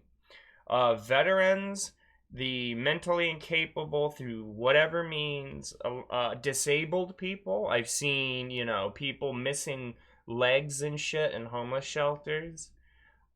Human beings that just can't take care of themselves, they probably need a caretaker, not just living by themselves in a home. And they don't even live in a fucking home, they live in a homeless shelter. So I've seen all of this stuff. It's really terrible. And Hake has no idea what he's talking about. It's that simple. And it's not the conservative areas that are suffering from this homelessness. Yeah, it's because fucking cities aren't conservative a lot of the time. Because you can't really be homeless in like a rural area. Yeah, you'll die. You can't really be homeless in a... Well, so I don't get why you're thinking that... It's harsh. I don't get why you're thinking that it's the conservatives who are leaving them out to dry. Okay, you wouldn't be these people. They are, because conservatives are. They never want to do any federal programs for the homeless, and they never want to do any state programs. And their idea to get them out of places is to make being homeless illegal and to threaten to throw them in fucking prison if they don't leave. So yeah, they're leaving. The conservatives are leaving homeless people out to dry. Want to be this way. They are okay. Have you ever interacted do not with want to be this way. significant number of homeless people? Yeah. Have you ever been homeless? Because I have. It's not fun. Or when you if you see horrible. a homeless guy, okay. Do you mind me asking what city you live in? Have I seen you before? Do you live in LA? Are you in JLP Studio? Yes. I think I have. Okay, yeah. Yep. So you live in LA, right? Yeah. Okay, so we've been in the same areas, right? If you walk down Skid Row, or if you're at Hollywood late at night, right? Or if you go to eat, like, if you're in these areas, and I know you've seen these people walking down the street screaming and shouting at themselves who are like out of their minds. Do you think these people are like choosing to be homeless? Do you think the guy that is like not wearing any underwear, screaming at himself, walking up and down the street is too lazy to get a job? Don't you think there might be something else going on there that demands our attention? It is something that they did to get in that position. What a dumb Do you fuck. like mental illness? You really think so? Yeah. I mean, mental illness doesn't just happen. You choose it's something that happens throughout their life, something that they did throughout their life to get in that position. Even for like schizophrenia, you'd say that? Yeah, I mean, That's that dumb. stuff is caused in part by drugs and by the messed up family situation. Well, so they chose their messed up family situation? This guy doesn't know fucking anything. It's really amazing. He disgusts me as a human, actually. That the liberals support the destruction of the family. Okay. Like, I honestly think the world would be better without him. Now, I'm not saying I definitely don't call for violence or anything, but guys like this, he just makes the world worse, to be honest. So let me, really quickly, Hake, let me just make sure I just ask one question and then we got to get back to January 6th. Okay. Do you believe that there are any people who have mental conditions that are not caused by their environment that might be somewhat more hereditary? Do you think that there can be any hereditary mental conditions? Yeah, I suppose so. Like, people are born with like Down syndrome or something, but those aren't the people that you see homeless on the street. That's it. Well, okay, not Down syndrome, but I've seen people who had clear congenital mental handicaps. Yeah, that were in homeless shelters. Yes, I have seen that. They probably didn't have Down syndrome. They fell through a crack is the issue. But no one's trying to seal up the crack, so people just keep dripping, drip drop through that fucking crack in the system. And yeah, so I saw someone who must have, I don't know what their IQ was. I imagine it was pretty low. They were somebody I considered very vulnerable. And this lady, she was probably 35 or something. And she had the maturity of, I would say, an adolescent or something along those lines. And stuff would happen where, like, homed people would be driving out around the shelter at night, and they would pull up by her and, like, ask if she wanted to party and take her back to their place and fuck her and stuff.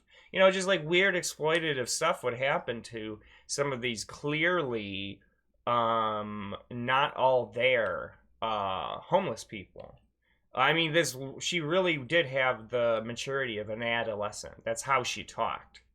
And there's a bunch of people who were like that. There was another guy who was probably a little bit older in maturity, but he was in a pretty similar position where I think he should have been taken care of.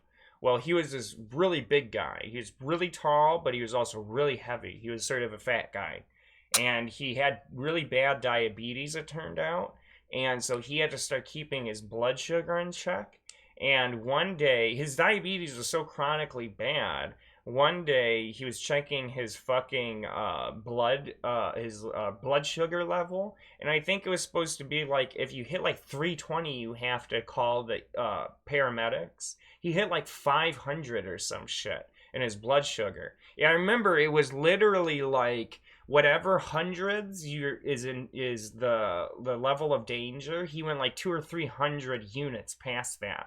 And when the EMTs showed up and redid the blood test, they said usually when they show up and someone's like that, they're fucking dead or unconscious already. So, like, there's people who are in immediate danger as homeless people. And that's actually, I would have to say, like, at 20% of homeless people are kind of like that in my experience. I think that just like children at heart and can't take care of themselves. And finally, and schizophrenia.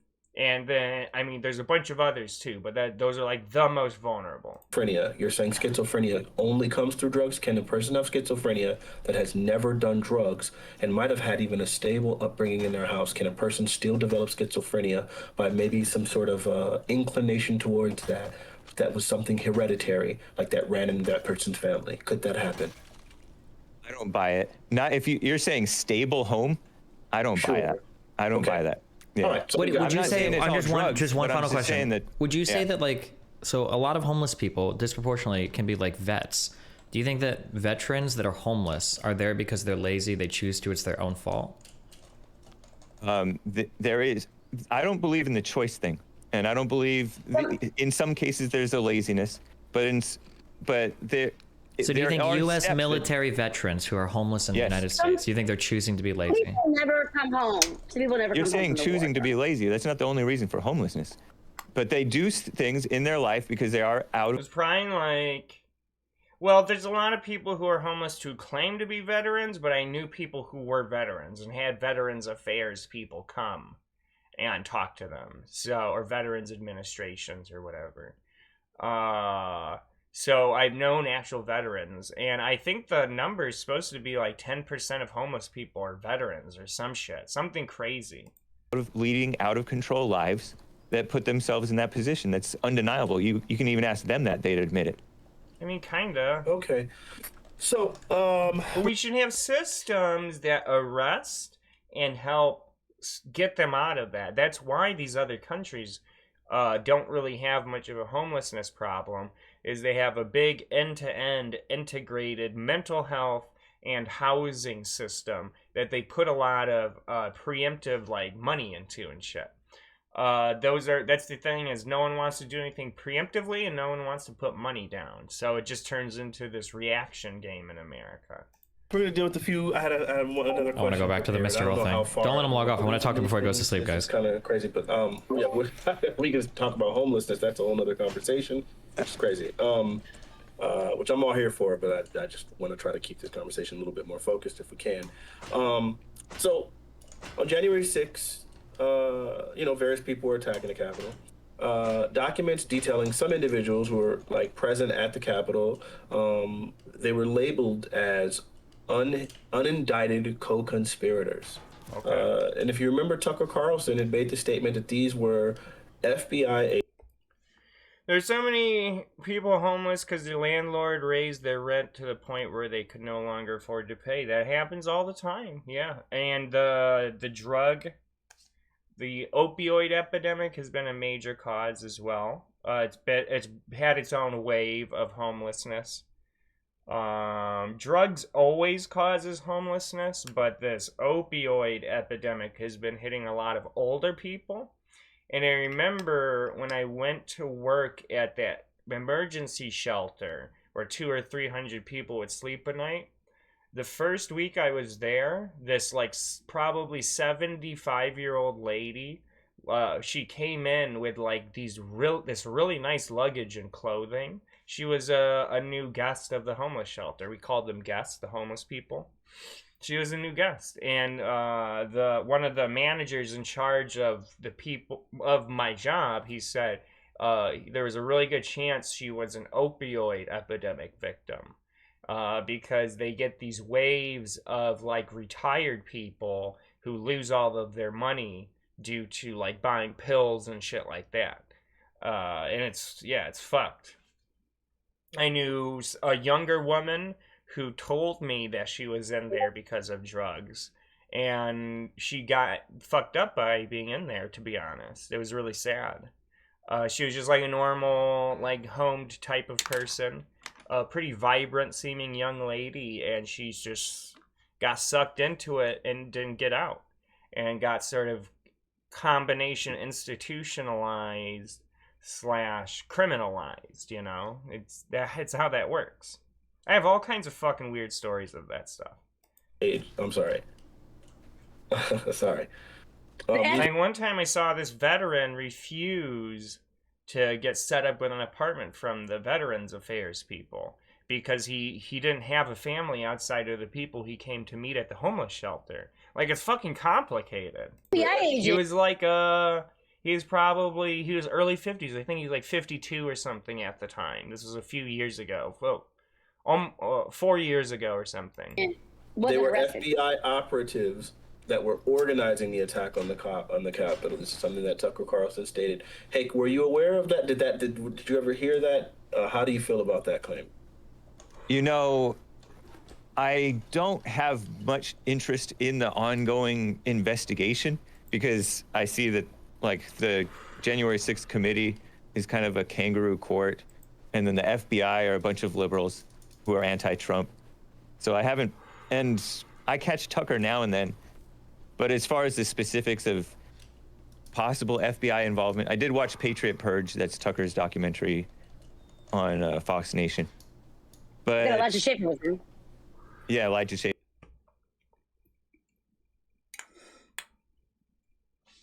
I'm barely hanging on to my apartment. I was just minding my own business, working my payroll processing job. Then California decided they would have these huge tech companies come to the Bay Area, bring thousands of workers, and no place for them to live. Rents shot up and keep rising. Yeah, I mean, that kind of shit happens all the time. They think of you caving in somebody's fucking livelihood and way of life, and that person managing to fucking save their life from the local collapse that's taking place. They look at that as like the system rectifying itself after like a successful, like some sort of successful operation or something. They don't like look at it as like a bunch of people getting displaced due to this massive decision they're making that only harms the fucking people there for a long time. So maybe forever. Sometimes when they bring these big companies in, they fuck over the locals and leave. So Schaefer was in. That's what Tesla did. So I heard about the protests. Part of it. I'm sorry you're in that position too. By the way, that's shitty. It's especially California. I'm sure it's ripe for that. I'm sure I'm sure a lot of people have found themselves in that kind of position, and it sounds awful. Especially if, like, your job is highly local, so you work for, say, some company that only has a local division or something, you're kind of fucked. You have to, you either have to kind of stay where you are or find some place to commute, which is a crapshoot, you know, because the prices are already going up, so then you might have to severely downgrade just to stay, which is bullshit. Yeah, they don't think about shit like that. Even after all of the times that companies have come in, fucked up the local economy, and left, they still don't think about it.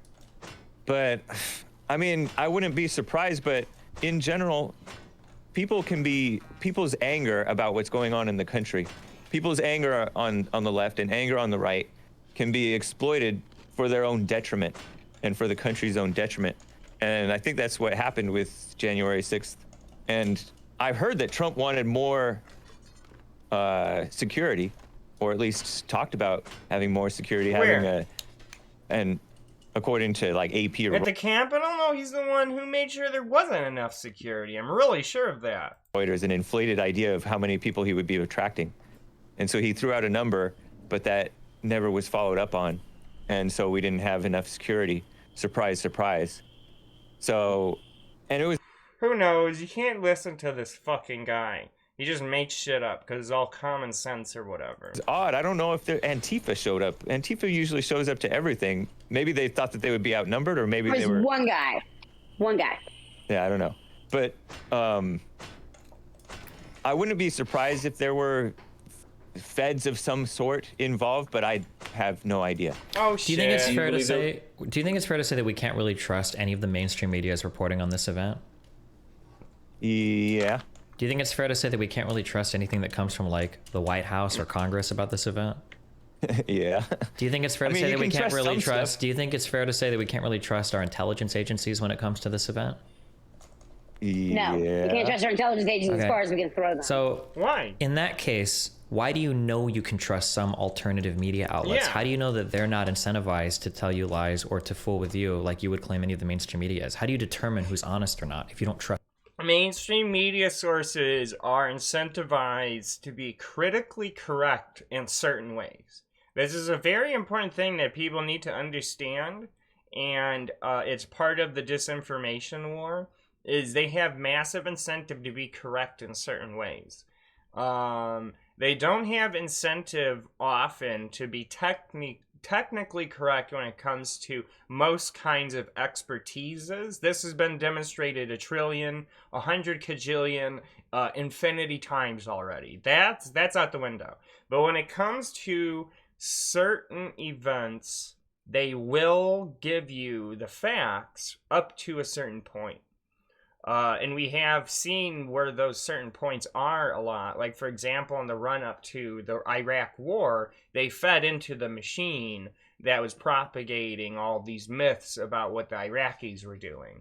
You know, we've seen it critically induce an event before. It's actually a lot more delicate and intricate than just, like, ham-fisted propaganda and shit. It's just not like that. You have to accept it. Because, for example, this is something that happened to me, and sort of like I had this opponent in Discord who was pro-Russia during the run-up to the invasion and shit. And I was making predictions and stuff based on stuff I was seeing in like open source intel and the news media on how the war would go after the invasion was going, and everyone was shocked how well it was going. And I was usually pretty correct, and he was always wrong. And the reason for that is just if you take open source intel and combine it with like mainstream media, you get basically the best picture you're going to get. The issue is you have to temper it with a lot of skepticism and wait to see how certain events go. That's just how you have to do it. You know, just a bunch of mindless propaganda is worthless, and it's just agitprop to send you into a fucking fury. And no, MSNBC and CNN aren't just agitprop. It's a little bit more intricate than that. I mean, sometimes it is, but it's not just always agitprop, like OAN or something. Any part of the institution. If you ask me, I don't necessarily even trust those guys. I don't necessarily trust those guys. You say that, hey, no, don't lie to me. Okay, hold on, wait. If we're gonna have this conversation, we're not allowed to lie to each other. So you're telling me that you're citing things like Tucker Carlson is saying. You're telling me you watched a documentary. It sounds like you believe in a little bit of at least of what he says. So you do have at least one guy, right? But he didn't make any statement about what actually happened. And you're telling me now that didn't he make a statement about there being an FBI agent like organizing some of the protests? I didn't hear that. So no, that was actually Ray Epps. He pointed to Ray Epps. We saw Ray Epps, that guy, or I think it was Ray Epps. Okay. We saw him, but we don't know who he is. But we don't know what he is. Okay, gotcha. Maybe I misunderstood. That's what Fanatic made it sound like he said. Fanatic, you can go, or Frantic. Sorry, not Fanatic. Frantic. I know. Either one of you can answer. Yeah. What if I were to tell you guys that this hardcore bitch slap from the government? I'm not a curse, right? Whatever. Bitch. I'm gonna say it. Bitch slap. This hardcore bitch slap, right? From the Senate and everybody else, and whoever's. I mean, obviously, power's gonna power. That's what they do. Haters gonna hate. Power's gonna power. Like, I mean, at this point, I just call them all lizard people because, like, for lack of a better word, like they suck. I don't believe in actual lizard people, but like these people, they act like it. It's like they don't have any empathy. And I'm gonna tell you right now. What if I were to tell you that this whole thing, this major investigation, this back and forth, I mean, the woman that they went and raided her house in Alaska, what if I were to tell you it's because Nancy Pelosi... I remember specifically I read in the newspaper that the UN searched all of Iraq and found no WMDs. Then 3 weeks later, Bush was saying there were WMDs and we needed to invade. It was straight up lies. Yeah, that did happen. Who was it? I'm trying to remember. There a bunch of people got caught up in the maelstrom of blame for the Iraq war for stupid reasons. I'm trying to remember because there was a bunch of people who were actively pushing investigators into there to try to dissuade the Bush administration. But it became obvious, I guess, to everybody that they just wanted the war. They were going to push it till the war started, basically. But there was honest actors even in the U.S. government, actually, and at the UN and stuff like that, who were really trying to stop this shit from happening. And yeah, they searched the fucking place before the invasion, well before the invasion. That was a real time where it did rear its ugly head and it became like Russian state media, basically. That's true. Like that's the danger of it. It is not that it is always that level of propaganda, it's that it can be that at any moment if shit goes wrong. There was a prior agreement that Iraq had to be searched, so they did the search, but since they didn't find anything, they had to lie about it. Yeah, I mean, it's a really bad thing when you look into, especially the way they set up like this agency, maybe in the CIA or I can't remember, maybe the State Department, to basically just shit out a bunch of like raw, unverified info on like Iraqi dealings and stuff, and like weapon, like WMD rumors and shit. It's really clear when you look into all of that it was just a big sham. For whatever reason, they really wanted this war. I don't know. It didn't do, I mean, I guess Halliburton made a bunch of money, and so did whatever, I can't remember what they used to be called anymore, that private military thing. Blackwater. I guess these people made a bunch of money, but fucked the country up so bad. It was such an awful imperial war. Pelosi's laptop went missing. Like, and it really was. It was like a neo-imperial war. We can't find it. And we saw what happened with Hunter Biden's laptop. So that would make a lot of sense why they're dragging everybody in. And I mean, we stomped the shit out of Iraq, but like, what the fuck? We already knew we could do that. We fucking smashed the shit out of Vietnam 50 years before. Like, what the hell? Like, we smashed the shit out of that country, fucked our own country up a lot, actually. It's awful. It's a terrible thing that took place. Questions. I had two friends of mine that were brought in front of the FBI, had their phones taken, were dressed down, and they're libertarian. I'm a constitutional existentialist for lack of a. There is no party that fits me. I'm politically homeless right now. But my friend, who is a libertarian, who happened to be there, he was just there because I was like, he wanted to check it out. Got dragged in, put in jail. I was going to spend 30 days. The FBI questioned him, put him in a jail cell for 48 hours. Did not let him make a phone call. Took his phone for 2 weeks.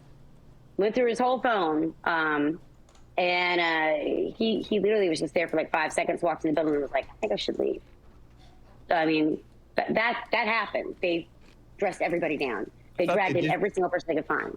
I thought they did find the laptop. I'm not sure. Haven't found the laptop yet, no. No, that's why they raided that woman's house in Alaska that wasn't even there. She just happened to have the same name as someone who was there. I guess here's like here's kind of my concern, I guess, I guess this is for both of you, is it seems like some people are so keen to throw under the bus every single institution that most people would say, we get truthful statements from. Most of the time, not all the time, but most of the time.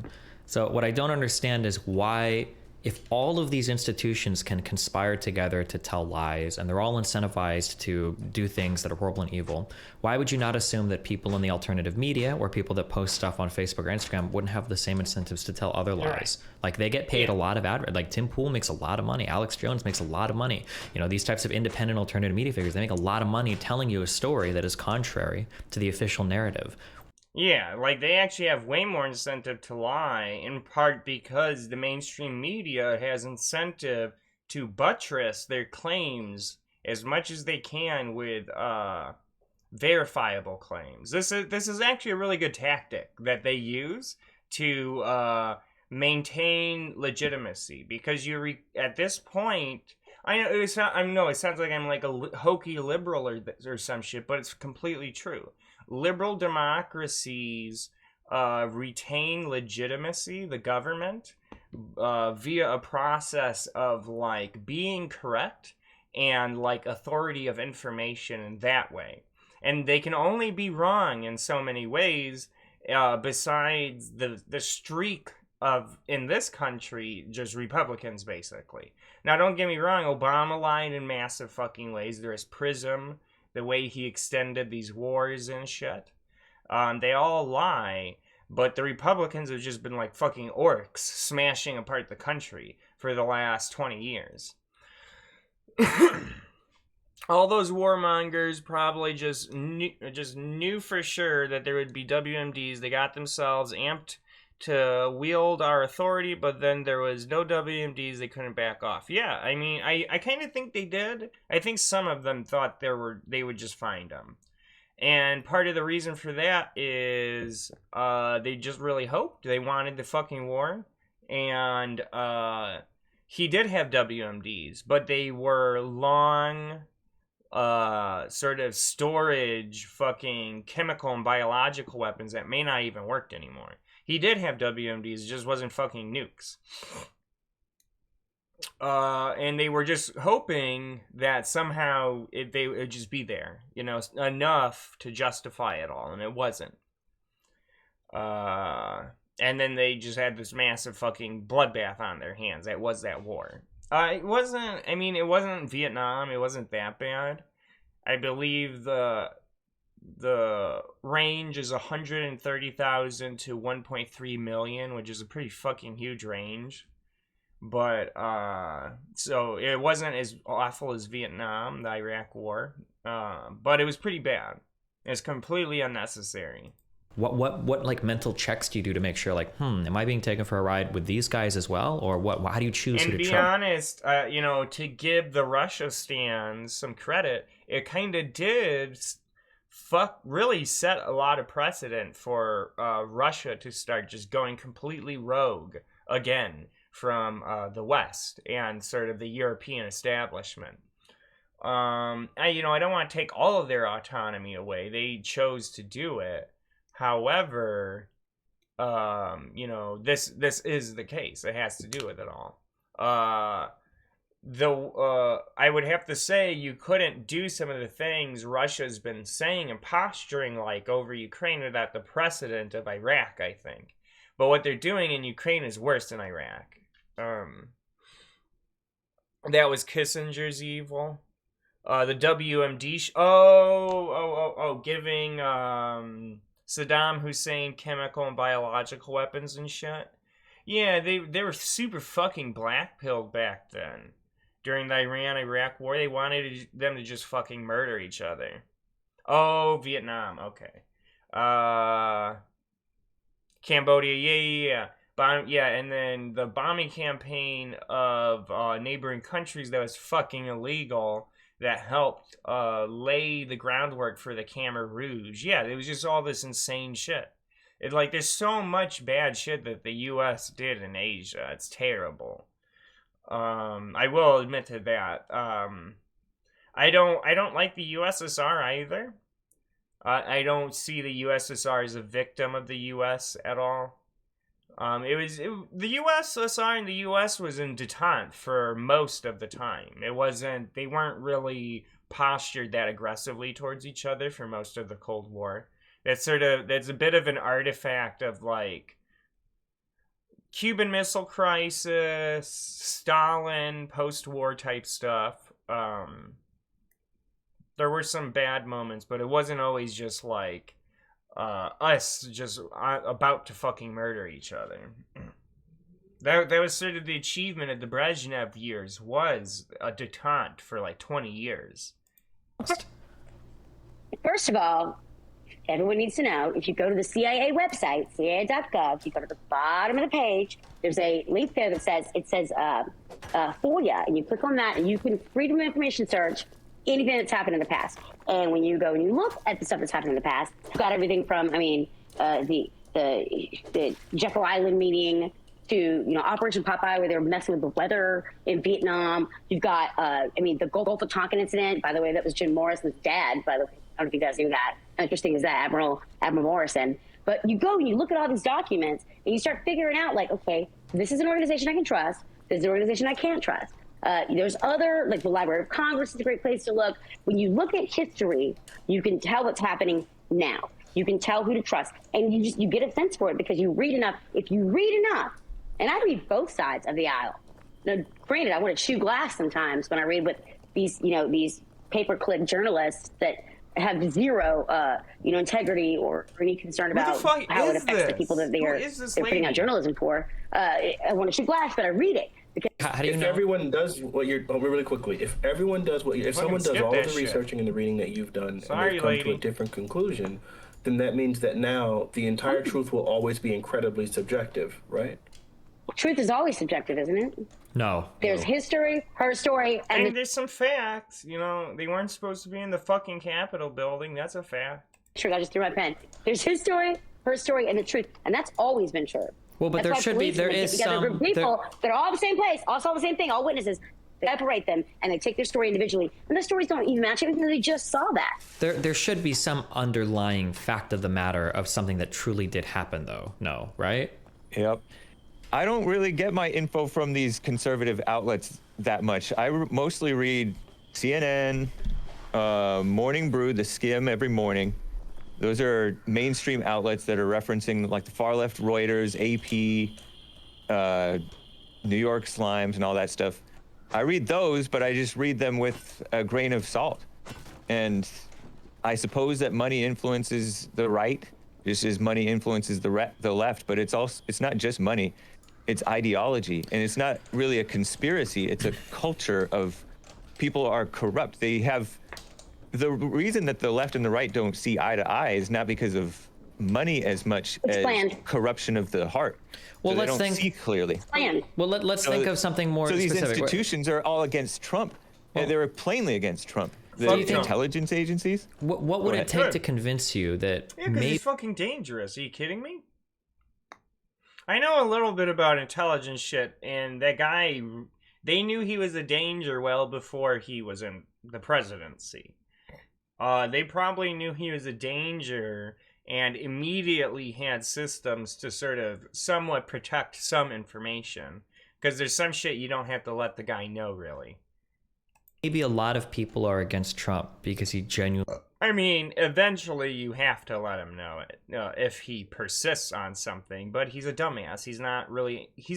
Trump isn't a curious person unless it benefits him. Was a pretty bad person and had a lot of pretty horrible ideas. Like, what is there anything that could ever convince you of that? Yeah, what the fuck? I can be convinced that some people actually believe that. But in general, people hate him because he told the truth, not because he was a bad person. So if we look at something in particular, we'll look at one truth claim, a big thing that is central to the topic of this conversation, which was whether or not January 6th was caused by misinformation or not, right? Was the election stolen? So when Trump is making a claim that it was, but we can't find any proof of that anywhere, how do you decide if that claim is true or not? Like, what path do you walk to figure out if what somebody said is true or false? Where do you go for information? How do you figure that out? I'm leaving that as a whole I don't know. But is that truly how you function? How does it, as far as the election itself, I don't know. I don't have. So you've never been on, if I were to go look through Hake Report episodes, you're never saying something about how the Democrats stole the election or how there was voter fraud? I'll say voter shenanigans. What does voter shenanigans mean? It's bullshit. Fraud. Fraud. Okay, so then you do. It's the most, I mean, it really is like they say, it was the most secure election in history because of a bunch of shit that had just happened. Because Trump didn't know what was going on in his own overall government or anything, or in the country, basically. There was a bunch of security measures that were getting passed all throughout his presidency, actually. I remember it. There was like a big push for all of this stuff. And because of all this fraud shit, it's the most investigated election in history now, I think, too.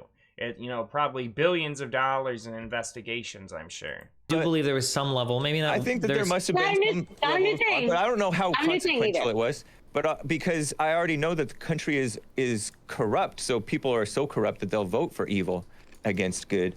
So I'm just saying, I really don't know, but because there's a lot of ways to steal a country without just cheating. And the point of cheating is to get away with it, so to not leave evidence. And they, as you know, they got rid of the ways to find the evidence, like the lack of evidence is evidence.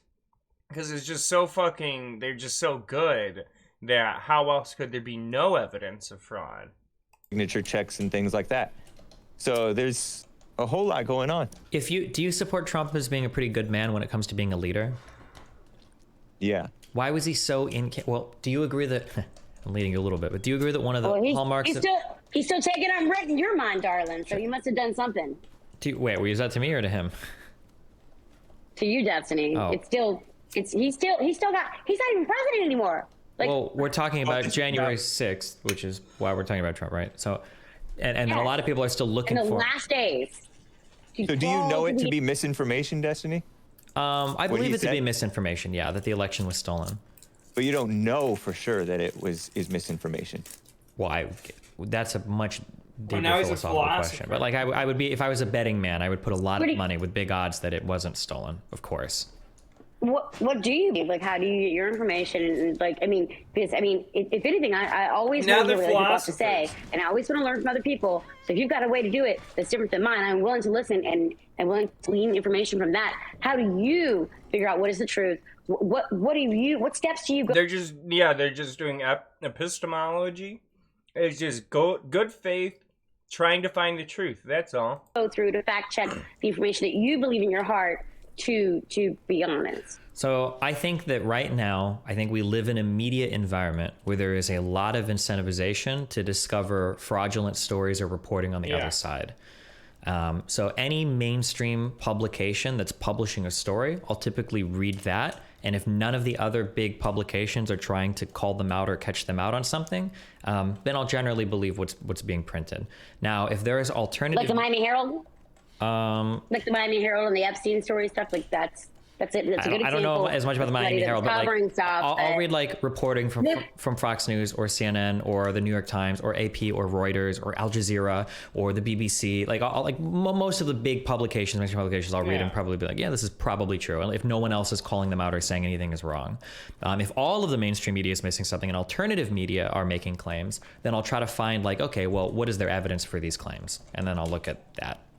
Right, because really, they want to get these fucking, like, dumbass conservatives want to act like street philosophers or whatever. They're just coming up with epistemic alternatives to what everyone who's a fucking normie thinks is true. It's bullshit. Really, what it is I guess it is an epistemology. It's like a radical epistemic order that they're, like, projecting onto everything. And to me, it just sort of, it stinks of sort of pre-modern spoken language shit, which is how a lot of, which is like what a lot of fascism depends on, actually. That's one of the reasons I think the word is flung so much by people who actually do know what fascism is because this like spooky way of talking where they like create this entirely different definition and like support for truth, basically. It's a really radical type of thing, and they are the ones diverging.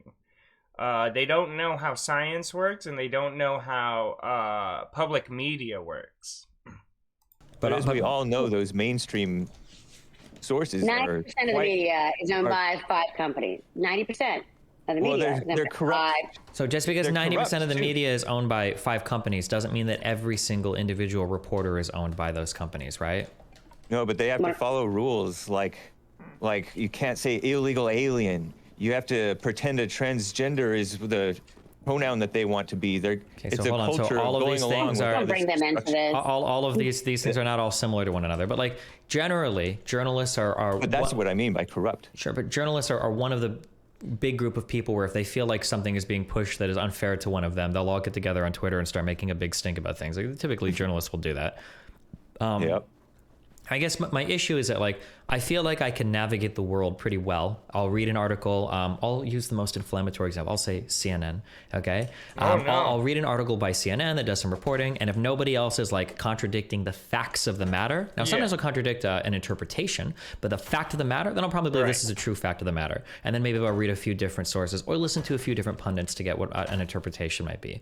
Right. So if like it seems like we all agree, when I say we all the mainstream media will agree on the facts of the matter around Trump's presidency generally, but we might disagree on some of the interpretation. So for instance, there is a fact of the matter that Trump tried to build a wall on the border, and then the interpretation of, well, was it to defend the country from foreign invaders, or was it because he's racist? That would be like an op-ed or like a pundit might give me that, which is a little bit not as much something I'm concerned with. But my issue right now is we don't have disagreements about opinions or interpretations of events. We have disagreements on facts of the matter, which should be easier to verify. And my problem is when I run into a lot of people that have a mistrust for the mainstream media, it doesn't seem like they have some sort of system to validate information other than just what you said, Missy, is like intuition. That's why I asked you. I was like, please tell me how you validate information, because God knows we're all looking for a way. I mean, this goes back so far, and it's not just America; it's the whole damn world. Like where you can't get good information. They're bought, they're paid for, brought to you by Pfizer. You know, like we don't. No, these are people who just don't trust the modern conception of information. And they really don't want information to work like it does because it has what they consider left-wing bias is all. I think it's really that simple.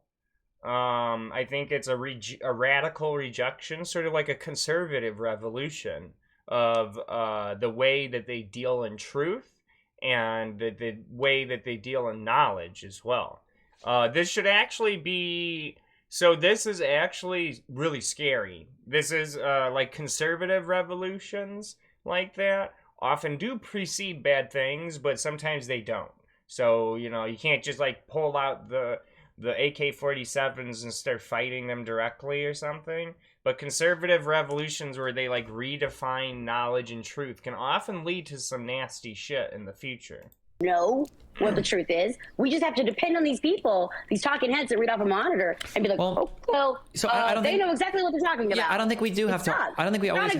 a good form. I don't think we always have to trust them. I think that there is some like built-in validation in the system. So for instance, if we're going to talk about a claim that Pfizer makes, there is a lot of incentive on other sides for Pfizer to be wrong. Other pharmaceuticals want them to be wrong because they don't want them to beat them to the punch. We're not here to talk about Pfizer. Well, I'm just saying for this particular thing, right? There are other companies that are incentivized to find errors in anything Pfizer says, and there are other countries that are incentivized. So, like, so Johnson & Johnson has every incentive in the world to reveal if Pfizer's vaccine is bogus, or if all the American vaccines are bogus or something weird is happening. Russia or China would have a lot of incentive to step in and say something. So, one thing I'll look at is if a fact of the matter is being reported, and other people would be incentivized to speak out against it, but they're not. It's probably true. Otherwise, I don't know why somebody else wouldn't be saying something. It must be so nice living in a world where you can trust what you read from any of these assholes. Like that must be. This is a fucking baby brain. This is the issue. Is a lot of conservatives never do anything where reality matters. Like if you've ever been a journalist, you won't really talk like this. This is why very few journalists are like really conservative like this, besides Glenn Greenwald and shit. Only 4 people died from the millions and millions of vaccines given in the US. Yeah, vaccines are fucking safe. They're based as shit. Even in my ideal sort of like separatist, anarchist society, I can imagine everyone agreeing that if you don't get some vaccine, you at least get internally exiled, if not fucking kicked out or something. For not protecting everyone medically by getting a vaccine. It's a ridiculous, the vaccine issue really is this like crucible for the conservatives because they're trying to revolutionize the way everyone looks at truth and knowledge, and they can't give this up because to give this up sort of starts pulling at all these various threads of the fucking way that they've woven this new epistemic system in that way. Especially when it's so closely connected to like MAGA and shit, which is really interesting because Trump likes the vaccine, but whatever. This fascist movement of sort of latching on to this new thing in the world that they've sort of conjured up before everyone's eyes. They have to win that, or they have to lose that. It's that simple. Anything, all the unity that comes from fucking the fraud in 2020 or the vaccine, if they stop with it, they lose all that benefit, all that advantage. That's just that's the structure of this like spoken language sort of mythological object that they've created. It's really strange. It's like they've like willed it into existence. It's like Nazis. They sort of did similar shit where they sort of like willed racial science into existence. They ended up fucking up the German people pretty bad, actually. Like all the eugenics and racial science bullshit they did, it didn't like do anything good for them. So comforting because I don't trust anyone. I disagree. Actually, I think your world. I don't trust government. I don't trust. You know, I trust like local politicians that I vote for, that I work with, that I know. I trust what I know. I trust people that I meet. I trust what I can put a handshake to. Yeah, I trust. That's fucking dumb. So I feel like your world is way easier to live in because every now and then I'll read a story that might. I'm exhausted. I don't think so. I think it's exciting. I think it's exhilarating when you feel like you're the only one. So all you do is read, but all you listen to is shit you can put a handshake to. So what the fuck do you mean then? Because all I do is read, and she doesn't talk like someone that only reads. Maybe she just reads like phone books or some shit. But she does not sound like a reader at all. The one with the answers, or your intuition is the guiding light. I think it. Yeah, like if you have to put a handshake to all of your knowledge, you're a fucking moron. I have no idea what you're talking about. Like, how did you learn anything? Do you have to fucking shake hands with mathematics itself in order to learn arithmetic? What do you mean? It means that you never have to confront an uncomfortable truth, because if something is uncomfortable, you can always say, "You are a Southern mother." That was such a jellyfish. Like, nice It was going, very sir. nice. Like, It was damn. very nicely done. I respect You sound like it. my mama. You will be best friends. Because like 5 minutes later, I'm like, what the? He's just fucking right, and now she's like trying to disarm it. I don't know. What did he just? Sure. Wait, so, what? Very well done, there might sir. be a time there might be a time where I read a story and I have to confront a truth that I don't like. So, for instance, not true. Do you listen to yourself? Wait, let him. Yeah, I've been here for a long Missy, time. let him finish. Let him finish. So to not trigger fanatic here, there's a lot of stuff about BLM that I've read that, in retrospect, as I read more and more, it's like, okay, this is pretty hard to read. The Michael Brown story is not exactly what I thought it was initially, or the Jacob Blake story is not exactly what I thought it was initially. Right? There would be something where I read it and it's like, man, that sucks. This is a difficult thing to confront, and I'm reading this and I have to accept that. But when I talk to people that don't trust any of the mainstream institutions, their lives seem so much more fun and exciting because instead of ever having to confront uncomfortable information, it's completely true. I mean, I grew up in this sort of environment for much of my life. I had to adapt to other people's understanding of the world in that way.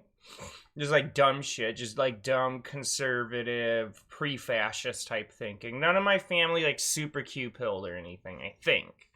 But yeah, everyone sort of kind of thinks like that, especially in conservative rural places. This sort of like thinking is just very common. People even pride themselves on thinking this way. And I've seen it fuck people up, to be honest. My dad, well, I don't want to say it's the thing that fucks them up, but what happens is often either people are like sort of sheltered and they don't have a lot of experiences, and this conservative culture and the way everyone deals with knowledge keeps them further sheltered all throughout their life. Or maybe they have trauma and they don't want to process the outside world.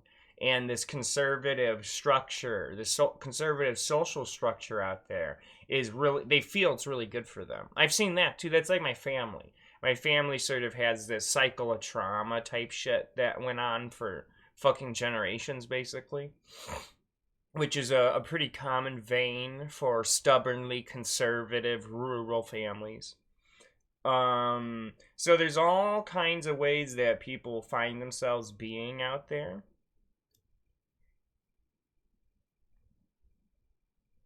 And this is something that's really difficult to contend with, really. I mean, I actually see the way people react to how people are from like how they think, how they have to like put a handshake to all their knowledge. So they basically just get all their knowledge from all their friends who also watch Fox News.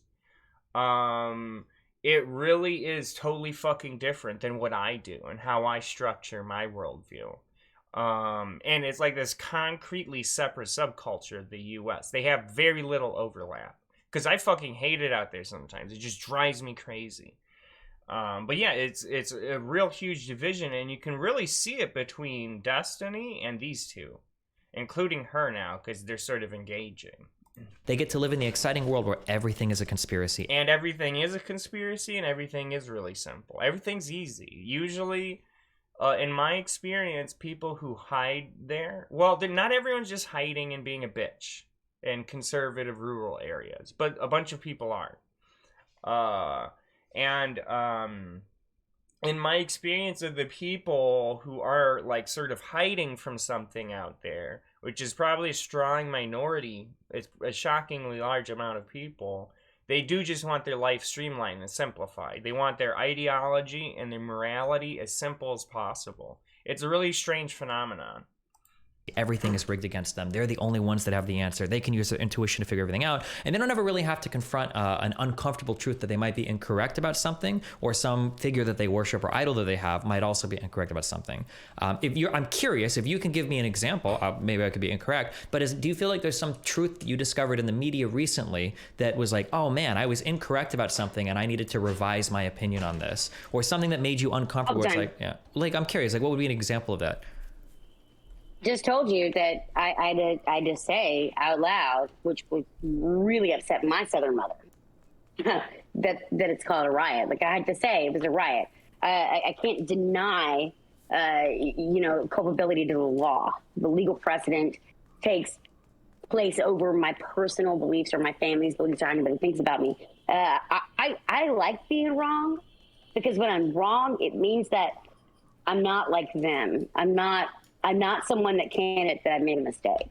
And I'll be the first one to tell you, like, I screwed up, that I made a mistake. And that's just being a good person.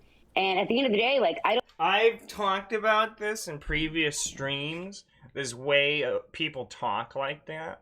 How she's front loading what we see, what a lot of people online see as the point.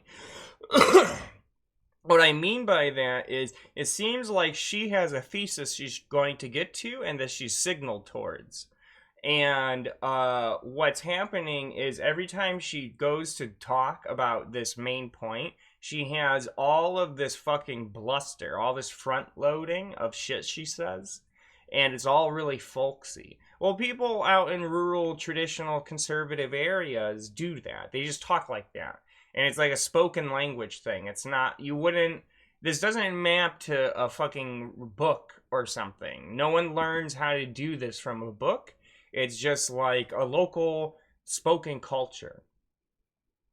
And people like convey information this way all the time. People talk like this entirely. I've met people who only fucking talk like this, and it drives me nuts. And there's like a fundamental breakdown in communication going on between Destiny and her here. And to be honest, I don't know what the fuck she's talking about much of the time. She's got it bad. She's awful with this. Like, this bitch needs to, like, she needs to see, like, a coach about it or something if she's gonna be doing debates. I don't see the media doing that publicly and often. And, honestly, it just makes me sad, because I feel like the American people we deserve a better system. I don't know what that system is. It's future science. But I think that we definitely can all agree that there has to be a better way to present information to the public so we can guarantee it's not bought and paid for by somebody. That would be ideal. What about you, Hake? Do you think, what about Hake? Is there any time where you've had to change your mind on a fact recently where you're like, oh, I was wrong about this particular thing? Yeah, like when I don't know what exactly I thought about when Trump wanted the 10,000 National Guard troops over in the Capitol before the January 6th mostly peaceful protest, part of which turned into a riot. But I saw this fact check on Twitter that said Trump did not actually submit for 10,000 troops officially, and that the afternoon of January 6th, Nancy Pelosi says that she would have welcomed that, or she would welcome that. So I had to revise my, I guess.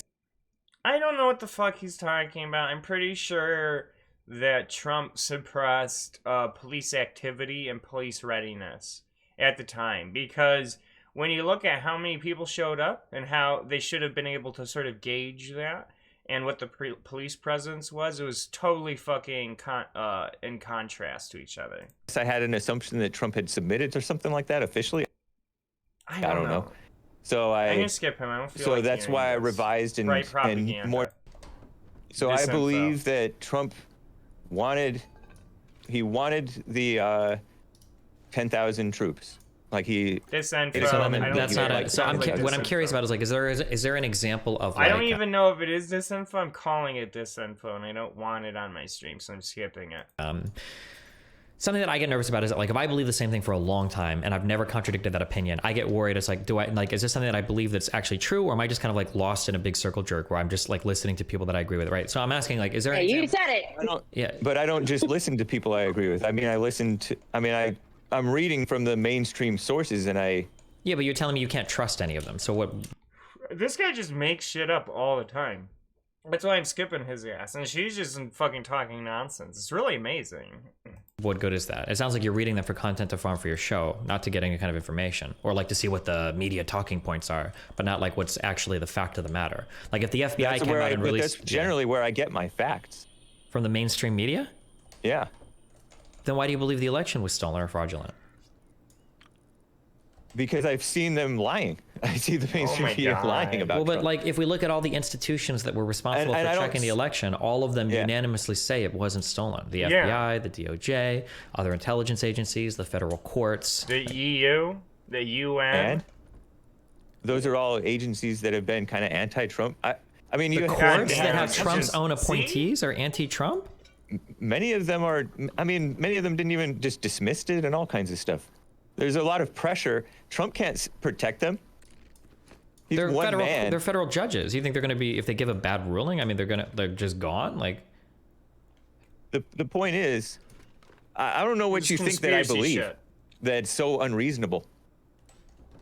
It's a question of like, it's a question of like, really quickly. Do you believe? Or that's so divorced from reality. Okay, but you were like earlier. It did sound like you were saying that you did believe that there was fraud within the election, and so do you believe if that fraud wasn't there, that Donald Trump would have won the election? I have no idea. I don't know. You have no idea whatsoever. No, okay. Nor do any of us really. Okay. Do you believe that to be the case? I don't believe stuff without knowing. Okay. So wait, push on that. Wait. You can't know anything then, right? Like, you don't know if I'm real. I could be a Google AI. What do you believe to be the case, though? And that would... Well, there's plenty of things that you obviously believe that you don't know for sure, right? Like, we take plenty of things for granted. I'm pretty sure you're not a physicist, right? You've never been to space, but you believe outer space is real. Well, hold on. We don't know about that. Why don't you accept that I say I don't know what happened with the election? Because you don't act like you don't know. You act like you do have a certain belief in a direction. And I'm curious what way am I acting that makes you think that? What have I said or done that makes you think that I act that? Well, you said earlier that you believe that there is a fraudulent election. You said that earlier. Now maybe I misheard you or maybe you misspoke, but you did say that. Well, you said it. No, you didn't hear it. You didn't mishear him. Well, I'm trying to be polite.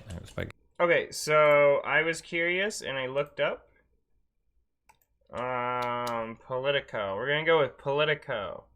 It sounds okay. They seem to have some deets on some new shit.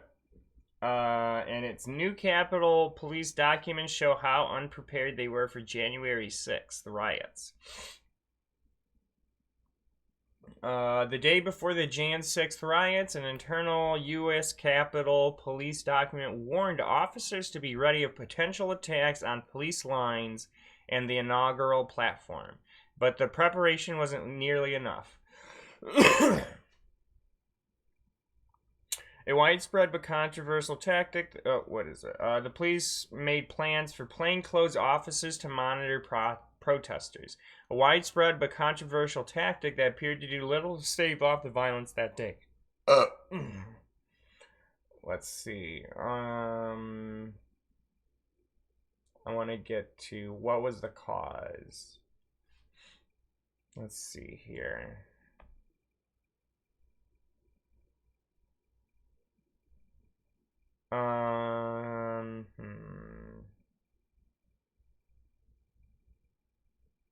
As the department has said publicly time and time again, we knew some people were planning violence, a Capitol Police spokesperson told Politico.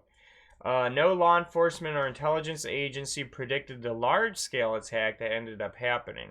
Typically, this is documented in decades of U.S. CP working protests on the Hill. Violence occurs between protesters and counter-protesters. That was not the only thing our officers were told to focus on. Every year, our officers train more for many different threats and scenarios. I'm trying to...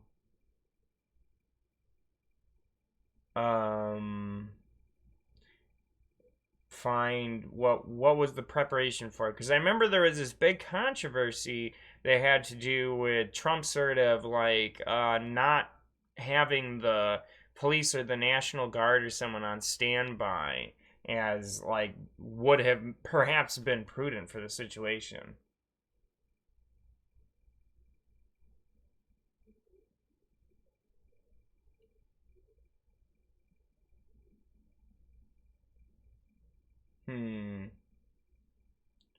The presence of law enforcement officers and assets in protests has long generated controversy. Many on the right have cited presence of an FBI informant at the Capitol riot to insinuate, whether or without evidence, that law enforcement incited the attack, but the practice has historically drawn much more criticism from progressives. Yeah, they all of a sudden started like talking about all this like anti-protest shit. That left-wingers have been talking about for decades.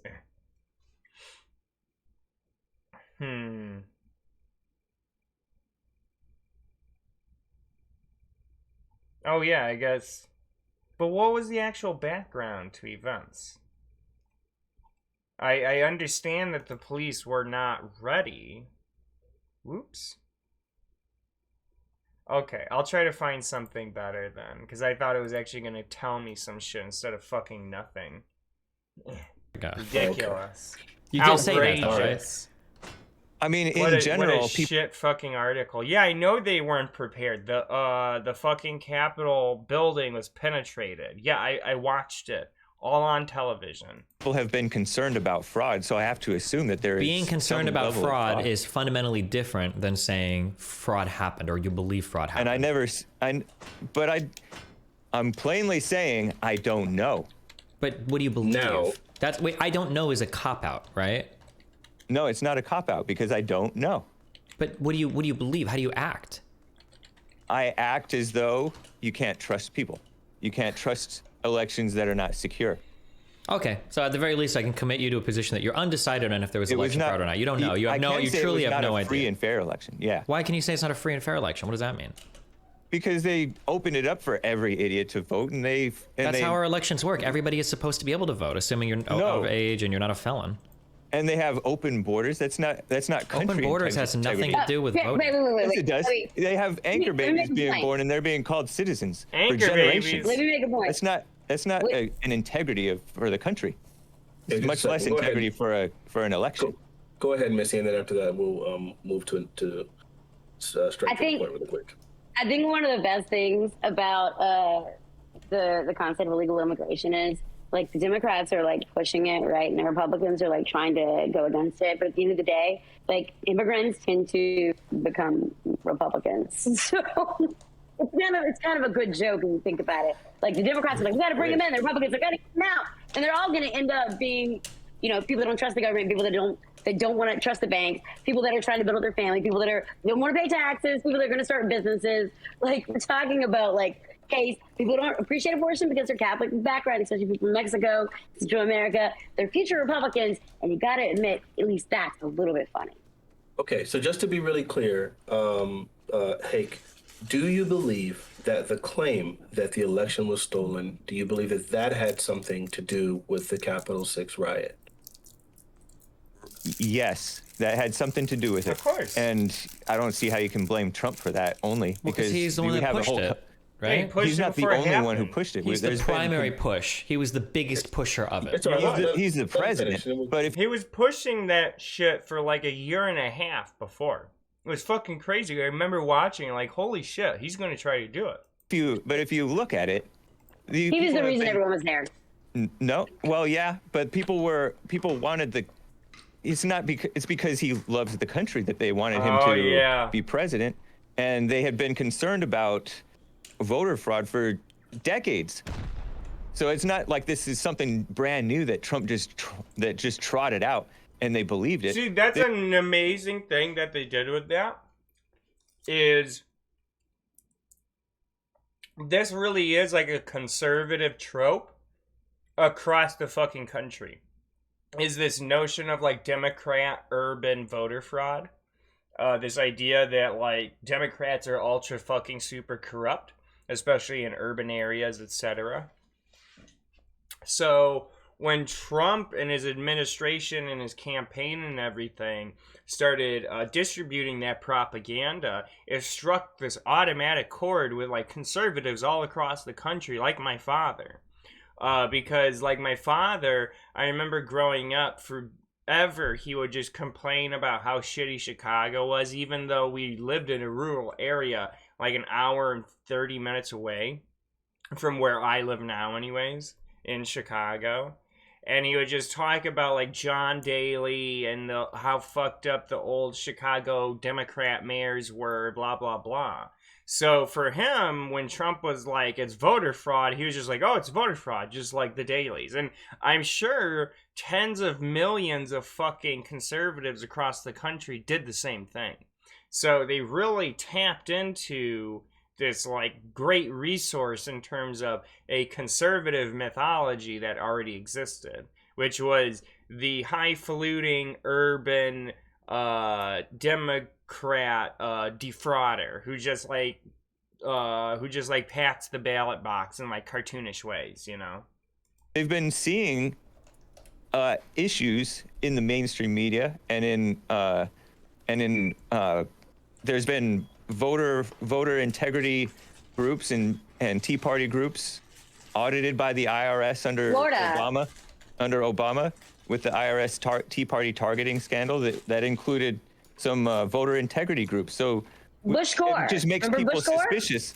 We have half the electorate, or a third maybe of the electorate, or maybe more, that's very suspicious of our elections. So yeah, but where does that suspicion? But where does that suspicion come from? The From suspicion is dishonest driven by government, dishonest media. Yes, dishonest government. Trump was the government. Yeah. No, he's not the government. He's one man against the government. No, he wasn't against the government. He was a the Republican that was an the elected government was leader. against him. What a dumb fuck. I hate him. I hate the way they think about this. Trump was the fucking government. He was the president of the U.S., but they still frame it as the government was against him somehow. It's ridiculous, because it's like that shadow government conspiracy theory shit. I fucking hate conservatives right now. Especially these fascist ones, like Hake. No, he was. Yes, it was. How is the president of the United States is the government? He's the president. He's president. Part of the government. He's one man in the government. He's the head of one of our three branches. How can you say he's not the government? Like he is so-called absolutely head. What? You had most of the executive branch against him. Trump himself said the president's powers are supreme and absolute. He was like calling himself a fucking dictator. This is bullshit. God, I hate conservatives. As you well know. But isn't that his fault? You can blame maybe some of that on him. Yeah, maybe. How do you blame it? They're his appointees. Yeah. No, not all of them. Many of them, probably most of them are not his appointees. Many of the ones who matter are, actually. Many of the ones who get to make staffing decisions are. He gets overwhelming, like, staffing decision capacity over a lot of stuff, a lot of departments. This was actually something like a hallmark to his administration, is he just never staffed a lot of positions in a bunch of departments. It like fucked the government up, actually. He did a lot of damage to the institutions of our government. Like, you know, people just don't know anything about how these institutions work. But he fucked them up by like not staffing things properly. And just like making all these god-awful appointments of people who hated the very departments he had appointed them to. Like Betsy DeVos. She fucking hates the Department of Education. You know, it was just like fucking Bizarro World. It was wild.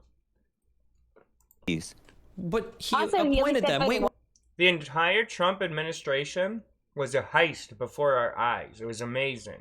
It was the dumbest shit I've ever seen in my fucking life. Like, I lost so much respect for this country. What do you mean by that? There were literally people that he appointed. He appointed many, and you have the whole bureaucracies that are entrenched. You can't No, wait, hold on. Wait. No, there is no bureaucracy when it comes to him appointing heads of these agencies. It's just his decision. I know, but you're acting like the executive branch wasn't against him, and they clearly were. You know what? I will take the L on this because I just might not know. Okay, because my history is bad and my government understanding is bad. My understanding is that the president of the United States Hake's like gaslighting him, basically. It's on his own chooses every single member of his cabinet, and the president himself has the ability to appoint heads to every single federal institution. Or executive institution. Am I wrong on that? Or is there some other processor that I don't understand? I already solved it. Gaslighting. Wait. I need you to explain that to me. Am I missing a part there? It's very innocent and naive. Okay. Because so you're telling me that there are members, entrenched government employees who are in the so-called intelligence agencies. Wait. He's talking about the deep state. When he says entrenched, he means the deep state. That's what he means. They can't I mean, yeah, there's like permanent employees. He doesn't, like, when the president becomes the president, he doesn't, like, put every employee in by hand in the fucking government. Of course, there's a bunch of positions that don't change when the president changes. However, his overarching capacity to remove and select a bunch of extremely influential people is very, very high. How can they undermine a Trump cabinet pick?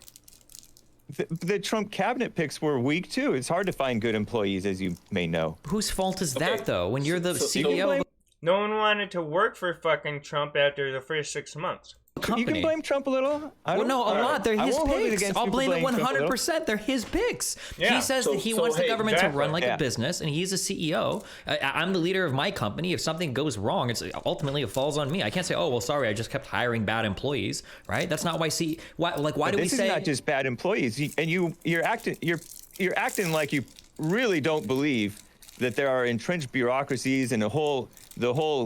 Who am I supposed to believe? Agencies, Trump for example, said that he was going to run the government like a company. He said that he was going to be controlled. He was the deal maker. Yeah. A cabinet head is not necessarily running the whole portion under him. He doesn't know what he's talking about. So do you feel like cabinet head appointee? He doesn't know what he's talking about. With the way Trump ran the executive branch, he was just breaking norms and shit all the time. He would fire people he couldn't fire. And it would fucking work because people would just be like, oh, he wasn't fired. Like, the reason why Biden seems to be making really slow progress in some of the processes he's working on is because he's restricting himself to norms. Fucking Trump didn't. He would just do whatever he wanted. And often it was very bad for the government, actually. If you knew what you were like, if you know what you're talking about. I saw it all the time. He would like fuck up the government. He was doing atrocious things. And I'll add. Wait, just a second. Do you feel like cabinet head appointees or like head appointees of agencies, do you feel like those people are powerless if you feel like he removed that pandemic response team that everyone was talking about early into the pandemic? He did all kinds of shit like that. It's just like a fucking litany of it. Just a fucking huge ass list. All of the people that are underneath them were against them, and so they were powerless? The cabinet people are pretty weak. I mean, he wasn't even allowed to appoint solid guys. He had that guy, General Flynn, ousted from underneath him by a hit job by the intelligence agencies barely before he was even able to serve a couple of weeks. Hey, Rev, how you doing? So, yeah, you have... I made you a mod, by the way. Wait, how is it a hit job when Flynn lied? Flynn he lied to the FBI. You don't actually have to do anything. I just made you a mod. Yep. Yeah, how is it a hit job? The FBI lied. It doesn't matter. You can't lie to a federal agent. You should. But he didn't. He did lie. He absolutely lied. What do you mean? No, you're acting like he... Yeah, I mean, probably,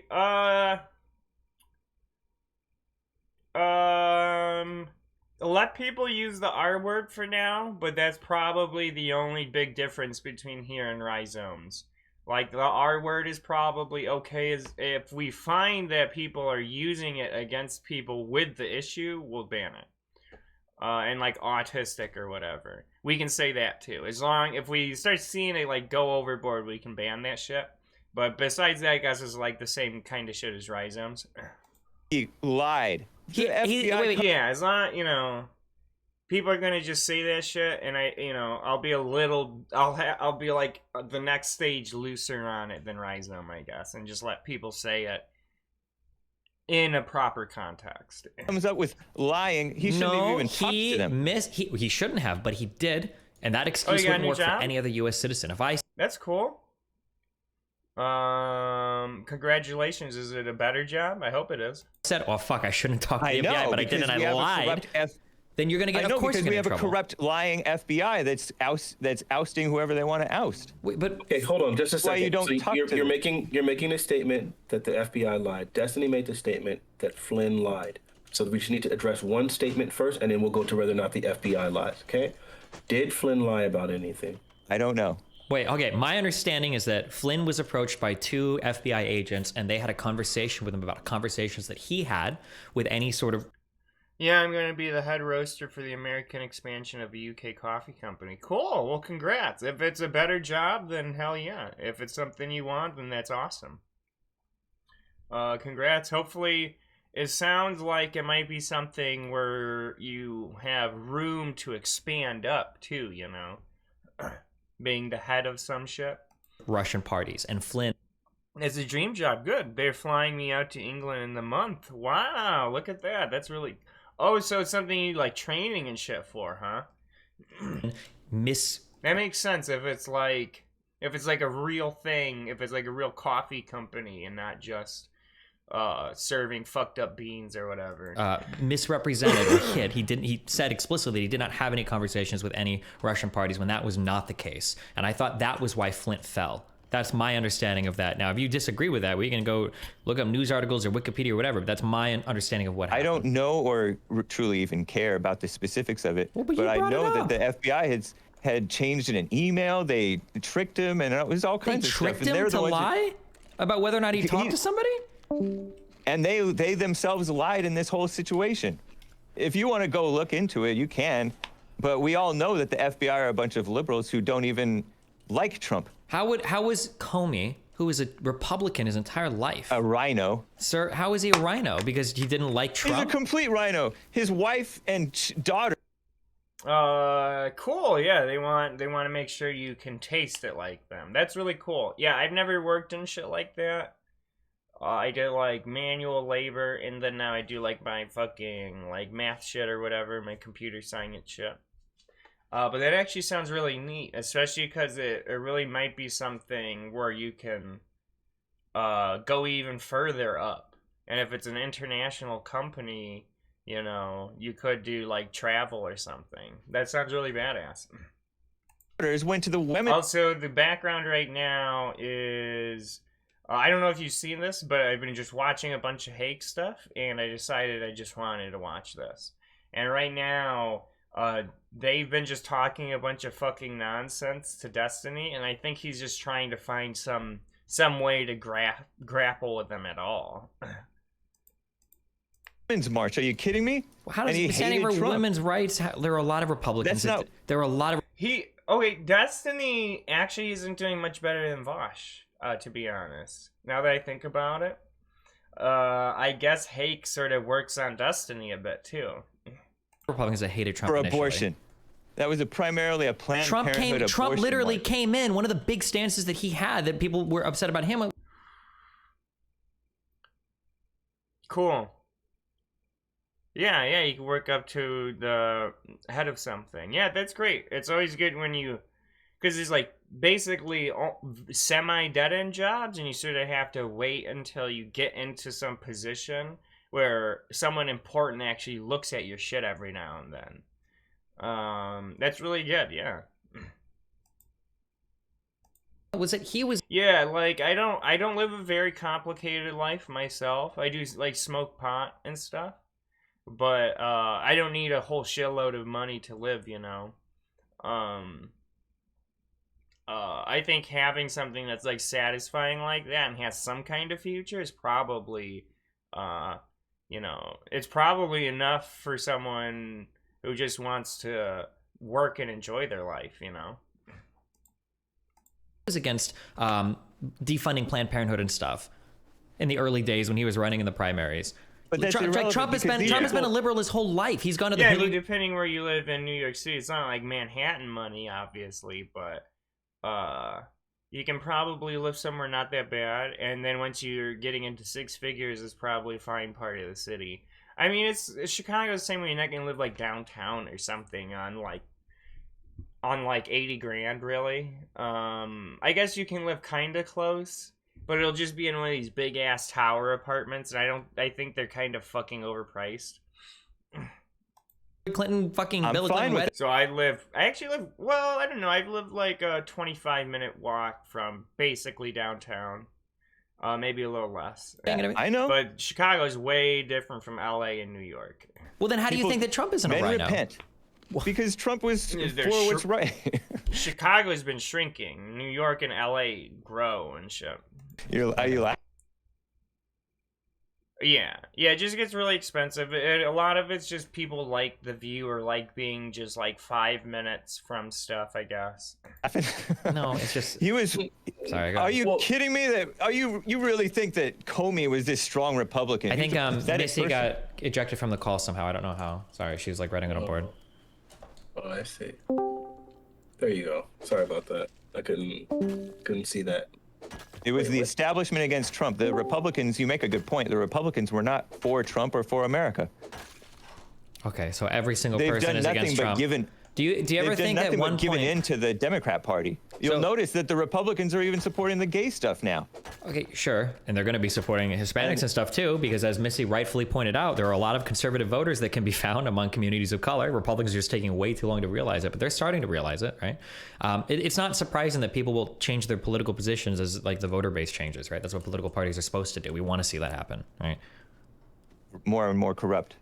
Okay, corrupt because you disagree with it. Yeah. No, I mean it's reality. Just because you don't believe in right and wrong doesn't make it right. Make it well, but your definition of right and wrong is not everybody's going to agree with it, right? That's how our country works. Right, but there is, just to be sure, really quickly, right and wrong. So there is an objective truth now. Okay, that's what I was. I'm not the one who ever said that there wasn't.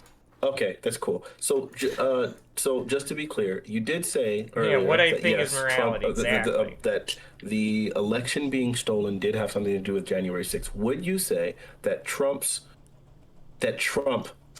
continued that accusation? Would you say that Trump was one of the major voices that was levying that accusation?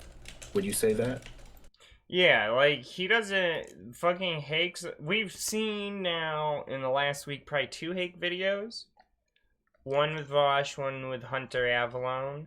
Hake's understanding of morality is like return to monkey fascism and like the cliff notes of the cliff notes of the Bible, basically. So that's, and just whatever he says as well. That's all his moral system. Yeah, he whatever he feels, basically. And he was the voice of the people, and they silenced him because he was the voice of the people. So just to be clear, so Trump, as the voice of the people, did say that the election was stolen.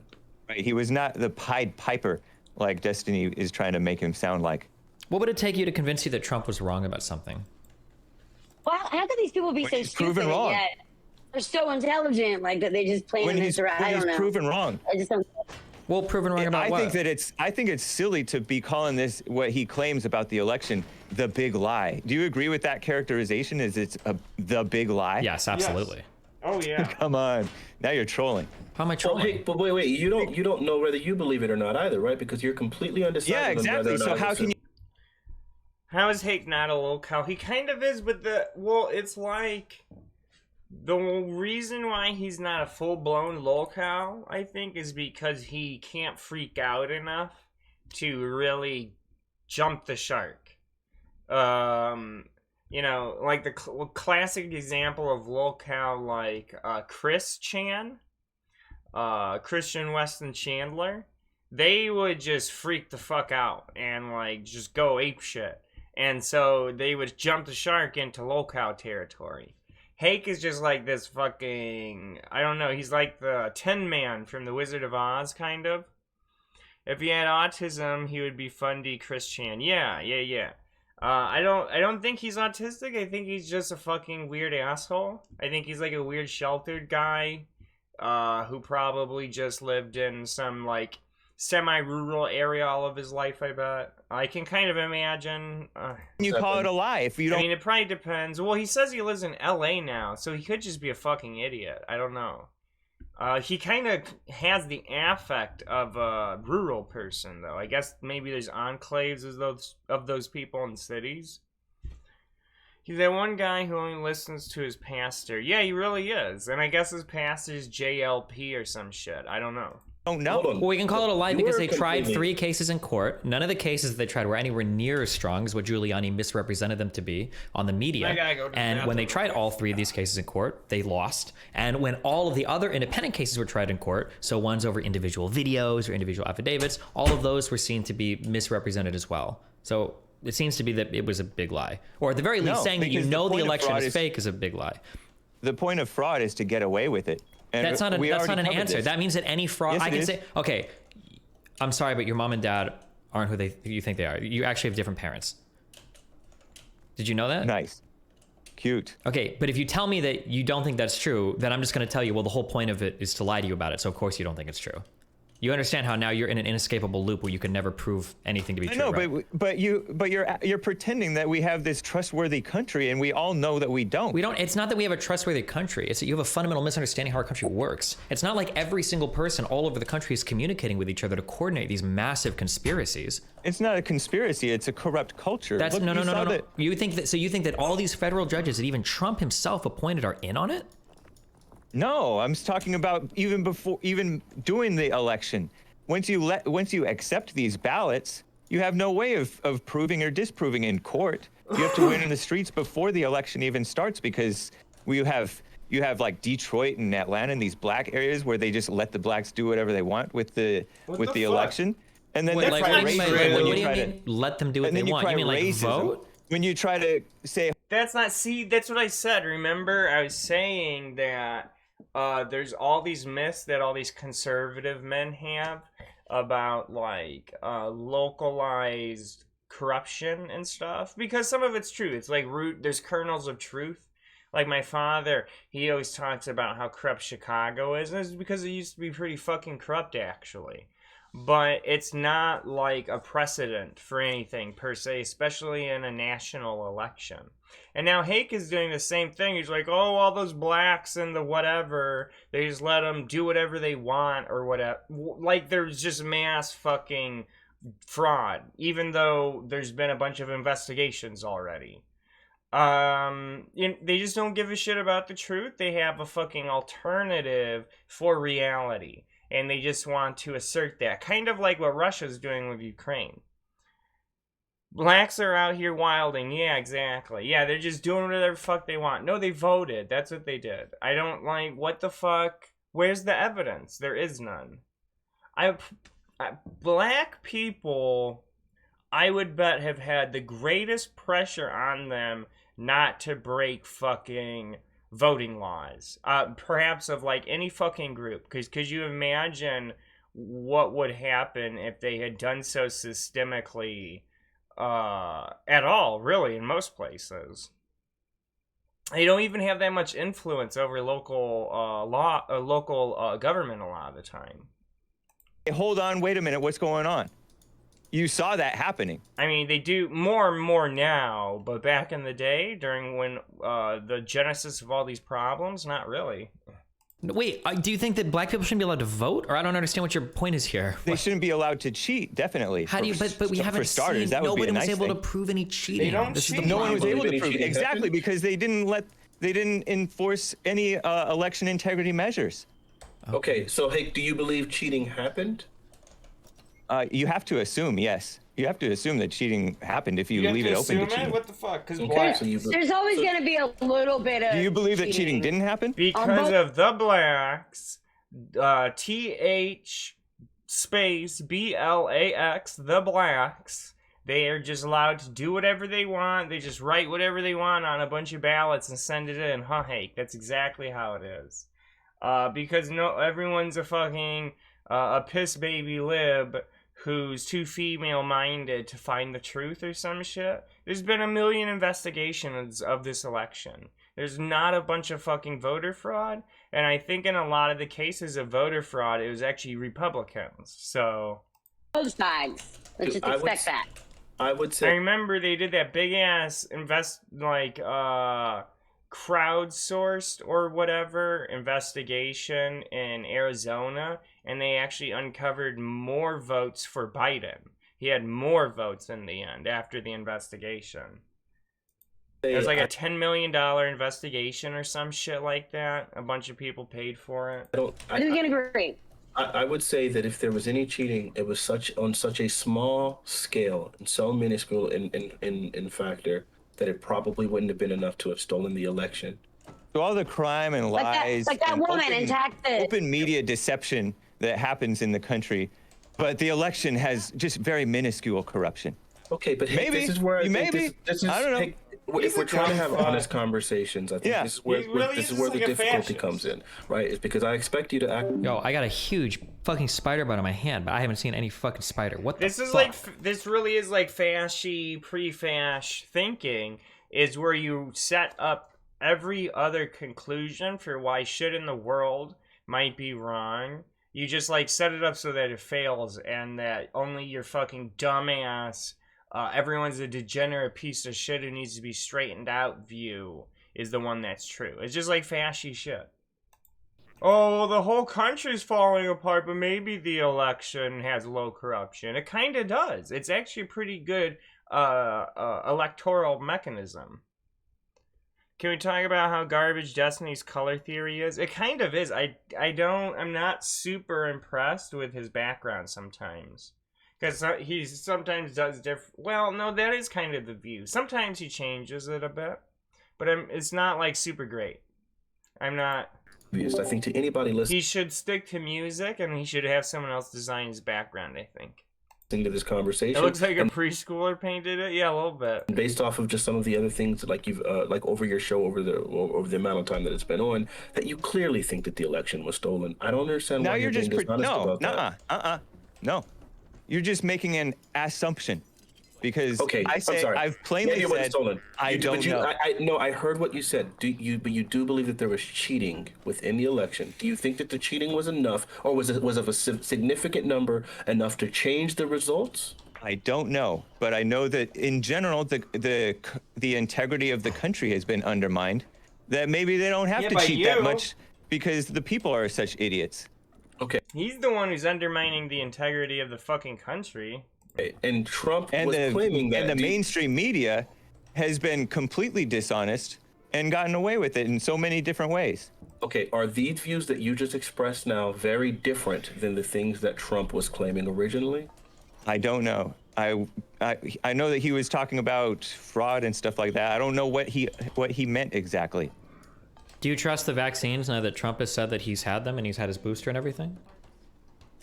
I don't trust them because I don't know the long-term effects of them, and I don't know that I need to be. Why is Trump saying that they work and they're effective and he's taking all three? Because he's a boomer. He should be taking it. He's not healthy. I mean, he's not like fit. But he already had the coronavirus and he survived it just fine. He said that the doctor said that he was one of the healthiest they'd ever seen go through it. Do you think he lied about that?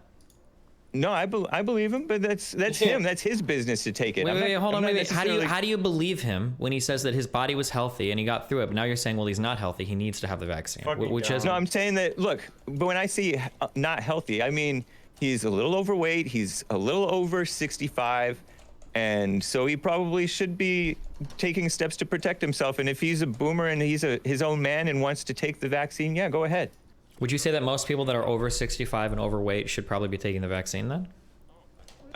That's definitely up to them. I'm not asking if it's up to them. I'm asking what you think should happen. Don't weasel out. That's a non-answer. Yeah, he is a baby. I have to weasel out because I can't be responsible for making a recommendation like that. But you just made a Oh, shut up. See, like I said, it's this.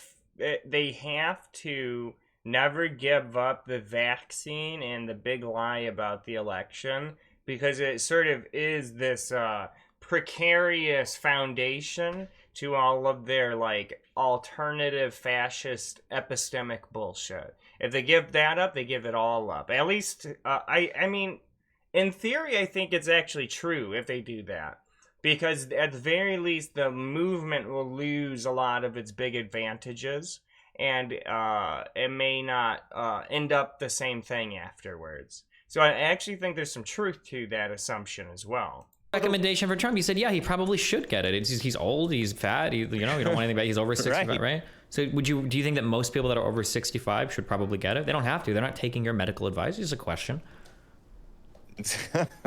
Man, it's a hard question to answer though. It's a pretty simple question, I think. I would recommend most people under the age of like 15 never drink. I would recommend most people don't do a lot of hard drugs. Like, these are pretty easy recommendations, I think. Leave me alone. I decline to answer. Okay. Okay, that's fair. Well, it's not fair. It's a weasel, but go ahead. I'll be a weasel on that. Okay. Because think about it. I mean, anyway, yeah. It's fine. It's fine. He's just a little weasel baby. Something irrelevant. The thing was, he's just a little baby bitch weasel baby. He's just a little smooth-brained conservative baby boy. He can't contradict Supreme Leader or whatever. You know, he can't. Well, actually, Supreme Leader is the one with the vaccine, so he can't contradict the mainstream sort of, the mainstream other big lie, basically, which is that vaccine doesn't work. Though I think Trump has sort of backed off of that recently. We let him bring you the panel to discuss vaccines, so you don't have to answer that question. It is a weasel, but I mean, obviously you have a choice, whatever you decide. Well, part of it is I don't really have the freedom of speech to say. You can say whatever you want right now. Yes, don't try to hide behind freedom of speech things. You absolutely can say whatever. That's bullshit. They always say that they get fucking banned and suspended for saying disinfo, for proposing things that aren't true. Like saying that ivermectin I'm not saying this is true, but this is what they get in trouble for, saying that shit like ivermectin is as good as the vaccine. You can't say that. Of course you can't fucking say that. But saying whether someone should get the vaccine will not get you fucking banned, actually. Unless you make the statement that it kills people more often than it protects them, which is factually untrue. It's like super fucking untrue right now. Okay, that's not true. Again, you are absolutely on my platform. What I say on other platforms affects how I get. You're on my platform. If you say anything, the channel that will be immediately affected and directly affected would be mine. So it's totally fine if you were to say that. Whatever you feel comfortable saying, you can say. You're having no restriction on my end, if that's what you're trying to say. No, I'm not trying to say that I'm protecting your channel. Okay. But I mean, I wouldn't try to compromise your channel. But stuff that people say and do on other platforms or even off platform in real life, that affects them. Not that I'm really concerned about it. I'm playing it up a bit, but quite a bit. That's what we're talking about. That's why we're asking for honesty. But it's cool. I don't know why you would even have entertained any part of the conversation. So the actual answer is that you wouldn't recommend it, because if you would recommend if you would recommend it, you wouldn't be given this answer. You'd say, yeah, I would recommend it. But the fact that you wouldn't means you've got to say that you can't say this, so you might be being silent. So why engage in the conversation at all? He's doing better than Vosh, actually. No, because he's really starting to get him now. So I guess he is doing better. Listen to this. On the right, there's a political correctness. But Vosh kind of started getting him later in his discussion with Hake as well, so. And the political correctness on the right is you don't recommend the vax among many people. Okay, Missy, I need you to be honest. I know that you've been honest. Y'all got me so stressed out. I'm smoking. Okay. Okay. Like, well, we're not I don't want to see recommending that mommy on the and daddy Fanatic fight. show. Well, okay, Missy, can you be honest? I don't want to see y'all. Anal was a better topic. Okay, I got you. It's fine. Well, can you be honest, please? Do you? I don't know. Vosh started getting the better of Hake too. Hake didn't look good by the end of Vosh convo either. But Destiny, he sort of is. I think he is a little bit more blunt than Vosh, and it aids him in combating Hake here. And I think he has Hake more flustered than Vosh did. You believe that the election was, because I know earlier you made the statement, you just said that like a lot of elections are stolen in elections, or there's a lot of fraud and corruption within our elections. This is the measurement by which we judge the top debaters is how much of an effect they can have on Hake, the hateful android. I think this is a really good unit. Is like how effective they are against this fucking like ghoulish awful man here. Do you believe? Got you. Do you believe that Democrats acted in concert in order to change the election so that Biden could win? No, because you can't call someone stupid and then assume that they are really smart. Like, it's either one or the other. Like, hey, I totally respect your opinion, but like these people that are so like that you want to put down, like, and put in a box and like say all these things about, like, you called them idiots. Like, these idiots, how are these idiots able to like take an election? And at the same time, Destiny, same with you, darling, like you're like, how do you get this information? How do you get that information? But at the same time, like, you want to argue that like nobody knows what the hell they're doing. So either they know what they're doing or they don't know what they're doing. Either the insurrectionists knew what they were doing, right? Or the media is like crazy, or you can't have it both ways. He didn't say. Either the she needs to just shut her fucking NPCs mouth. that are running around.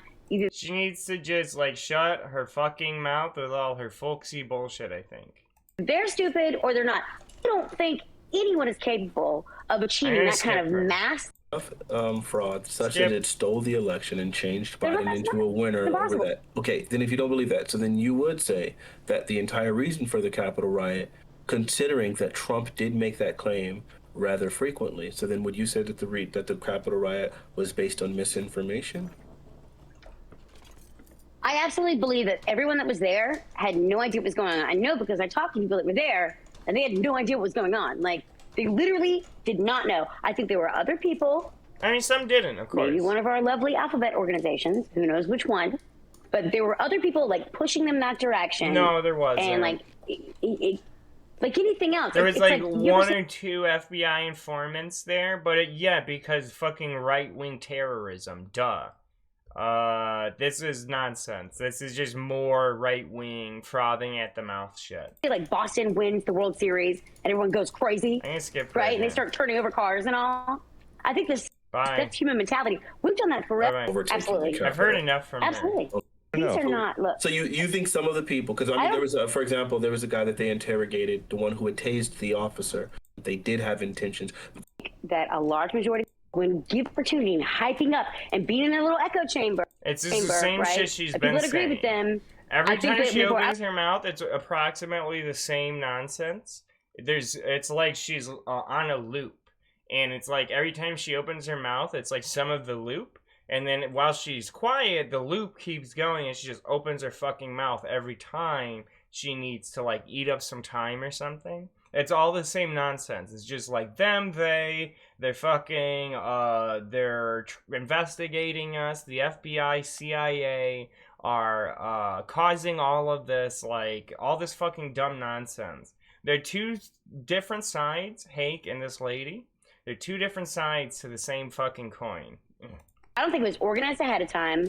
I don't think things are organized, but it's probably have to say. Yeah, so, I agree. A lot of the people who were there, most of the people were a disorganized mass that they used as cover. Of course, everyone agrees with that. That's the problem. No one fucking disagrees with that. I mean, some of them may have been fucking crazy people themselves, but many of them were just fucking random people. It was too short of a period of time. Trump that made the statement that the election was stolen. This was all across like the right-leaning media. I'm tired So of there were plenty of actors who were making these sorts of statements, and so we were so I'm saying we, but a lot of people were expecting something to happen on January 6th. QAnon, they had been claiming that the election would be overturned and that the final day for it to be overturned was going to be on January 6th. There were so many different things where people had these belief systems. But Hake, so but do you think that was incitement on Trump's part?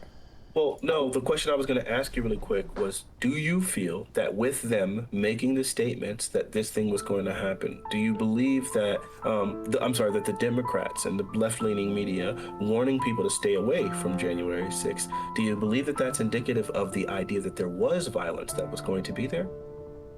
Oh, because you're saying before January 6th, the mainstream media was saying, hey, there's going to be some bad stuff happening. Down. I was about to say shenanigans, but bad stuff happening.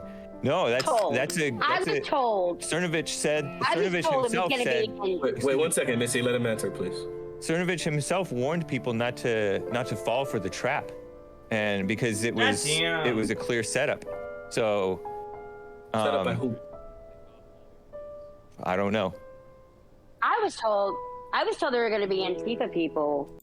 In this conversation that it had to do with the system had failed and people were trying to steal the election and stuff. I think that was all fucking directed. Kill me with a sledgehammer, just smash me to pieces. God, I hate hearing this shit. It gets me all riled up because it makes me feel like these orcs are gonna take over the country. These two, they're like these horrible manifestations of contemporary America. From Trump, yeah. Sure.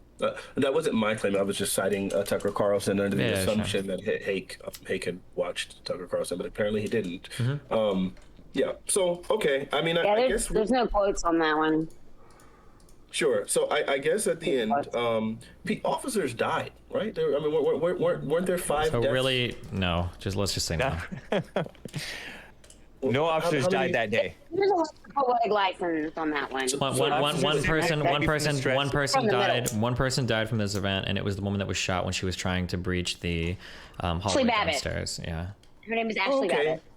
So only one person died. So then there weren't any mass casualties. I wasn't sure about that. There were 5 who died that day, I think. Some people had maybe amidst all the commotion, or I don't know, the stress that was going on, there were some people who were accused of having overdosed or having a stroke or a heart attack or something like that. So people outside the event That's just how died. American political turmoil tends to be, is the only people who die are black people and a bunch of fucking, like, over-medicated, like, white people just having strokes and heart attacks and shit because they're overexerting themselves. That's like the 2 groups of people who tend to die in American political shit. Necessarily from violence. And then Officer Sicknick, maybe from the stress, he had a stroke, and he died in his early 40s the next day. And then a few officers committed suicide over the later days and weeks. Hey, more people died at the Astro World. Which we don't know what that's related to at all. Wasn't there a woman that died who was trampled on? That seemed to be the case from the videos, but no, she probably had an amphetamine overdose, is what the coroner ruled. No, these are old people. I don't know what y'all expect. These are old people. This is the most exciting thing that's ever happened to them. That woman wasn't that old, I don't think. Okay, that's cool. I was unaware of that as well. No. I mean, I guess that's really the sum of it. I guess at the end of the day, I guess I'm really glad that everybody got to express, both sides of their opinions. I really do. Oh, he's so I guess fair, a part of Mr. me does Fanatic. feel like I don't know, Hake. I feel like there is. Have you seen the footage of those people just not doing anything, wandering around in the Capitol building, my friend Mitch, single file, practically in between the stanchions and the ropes in the aisles, and just. Hey, I saw this moshing. I did see violence, but I also saw people like that who were just wandering around in there, and I heard that there's like 1,400. Mitch was let in by a cop. Yeah. The cop opened the door and smelled at him. Okay, to be clear, the reason why. So, fuck, never mind. I don't want to. I hate this. I'm done with this video because they're just making me angry, and I think Destiny's just kind of fucking semi-done with it himself. Just like makes my blood curdle. What else? What else can we watch? Because I want to go till 1. So like 20 more minutes. I'm trying to think. So I could have swore some shit was going on that I wanted to look at, but I can't seem to find who was looking at shit. Relly has not been watching a bunch of shit that I've been interested in, but it doesn't seem to be him.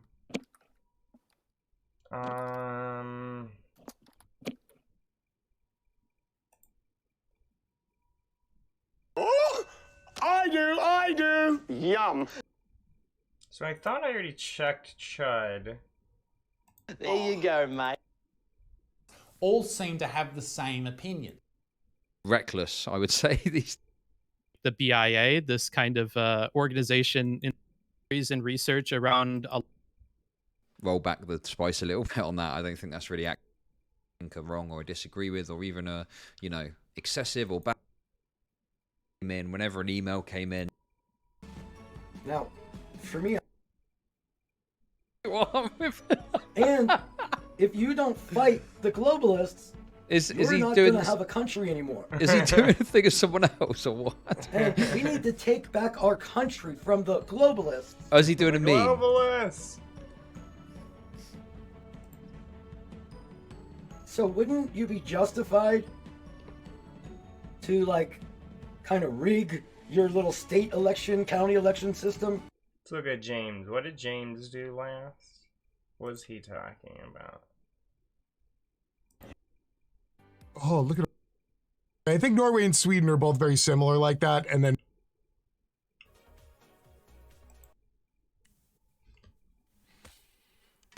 Okay, trolling anti-factors at the United Nations. I'm just going to assume Walter Masterson is going full out on a horrible fucking counter-protest. And is going to have conversations with people who are unequipped to have conversations. James a lot more streaming than I do in his videos, to be honest. I think he's a great streaming personality. He has a wonderful personality for streaming. Conversations. In other words, this should be good. Bloody Marys. Fuck, I love Bloody Marys. You know all this crap? No, I know I said mimosa before. I then said champagne and orange juice for people who don't know what it is. Yeah, I grew up on Long Island. I can't watch James. I feel like I'm actively balding while watching him. That's fucking hilarious. I mean, it definitely depends. I can, he's like, sometimes he's like anarchist Fox News, and that's why I watch him. And he's fun to talk to, and he's very responsive, and that's a big reason I talk to him. And I just agree with a lot of shit he says. Though sometimes him and his community are a bit further than I go. Sometimes I'm like, oh, okay, yeah. It's like, okay, yeah, the CIA is bad, I know. Like, but overall, I definitely have a lot of overlap with him and his community's affect. Island Lord for two. Coward! Guys, this is not... He's fine, I just prefer audio only. Yeah. Yeah, I guess you kind of have to be sitting there and watching his whole thing, huh? Yeah, you kind of do, because he doesn't usually play too many videos and comments and reads all the comments. He just, like, talks back and forth with chat. So it goes from, he says, oh yeah, so-and-so, and just starts conversing at them. So you have to be paying attention to the whole thing, don't you? Flyer says if you have a copy of the U.S. Constitution, while like Rhizome or me or like a bunch of other people read it, and so it's sort of like you can do, and we watch more videos and shit. Do they know they're at the UN though? Yeah, like here, he's just talking and reading an article. It's extremely reactive. And he does that shit for hours, so you gotta... Sometimes it's kind of hard to just listen to him without seeing what's going on.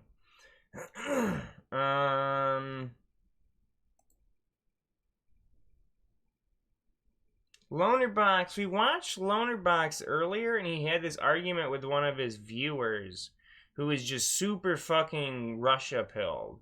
And would just not give up on Russia just being able to basically invade Ukraine. It had like no choice, he said. Russia was like pushed into it by NATO. Just like lame shit like that. Let's see what I'm really important to. They hang out in the chat more. They use the emotes everywhere. Well, he was doing some gun shit for a bit. He deleted that. Yeah, okay. He deleted the one I was thinking of. Okay.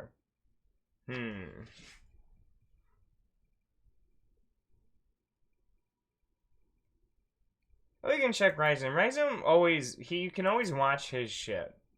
You don't have to be watching anything in particular. But I think he covered stuff we covered. Thank you. Yeah, he covered the Prime panel.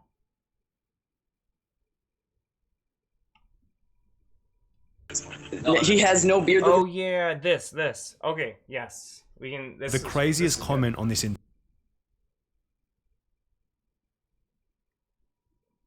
death, as Brittany would put it. I think this content well is dried up. Yeah, exactly. We checked out literally all of Claw. Like that's what he's got on his channel. I mean, he's just making music now. All right. It was cool while it lasted. It was cool. Why did he get banned? Because he did some revenge porn shit or some shit? Oh, that sucks. Oh, and listeners, yeah. Just tell me what it is, just rather than like, because if it's good enough, well, yeah, that's super fucked. Especially, you can tell. I've been around people who are in like wheelchairs.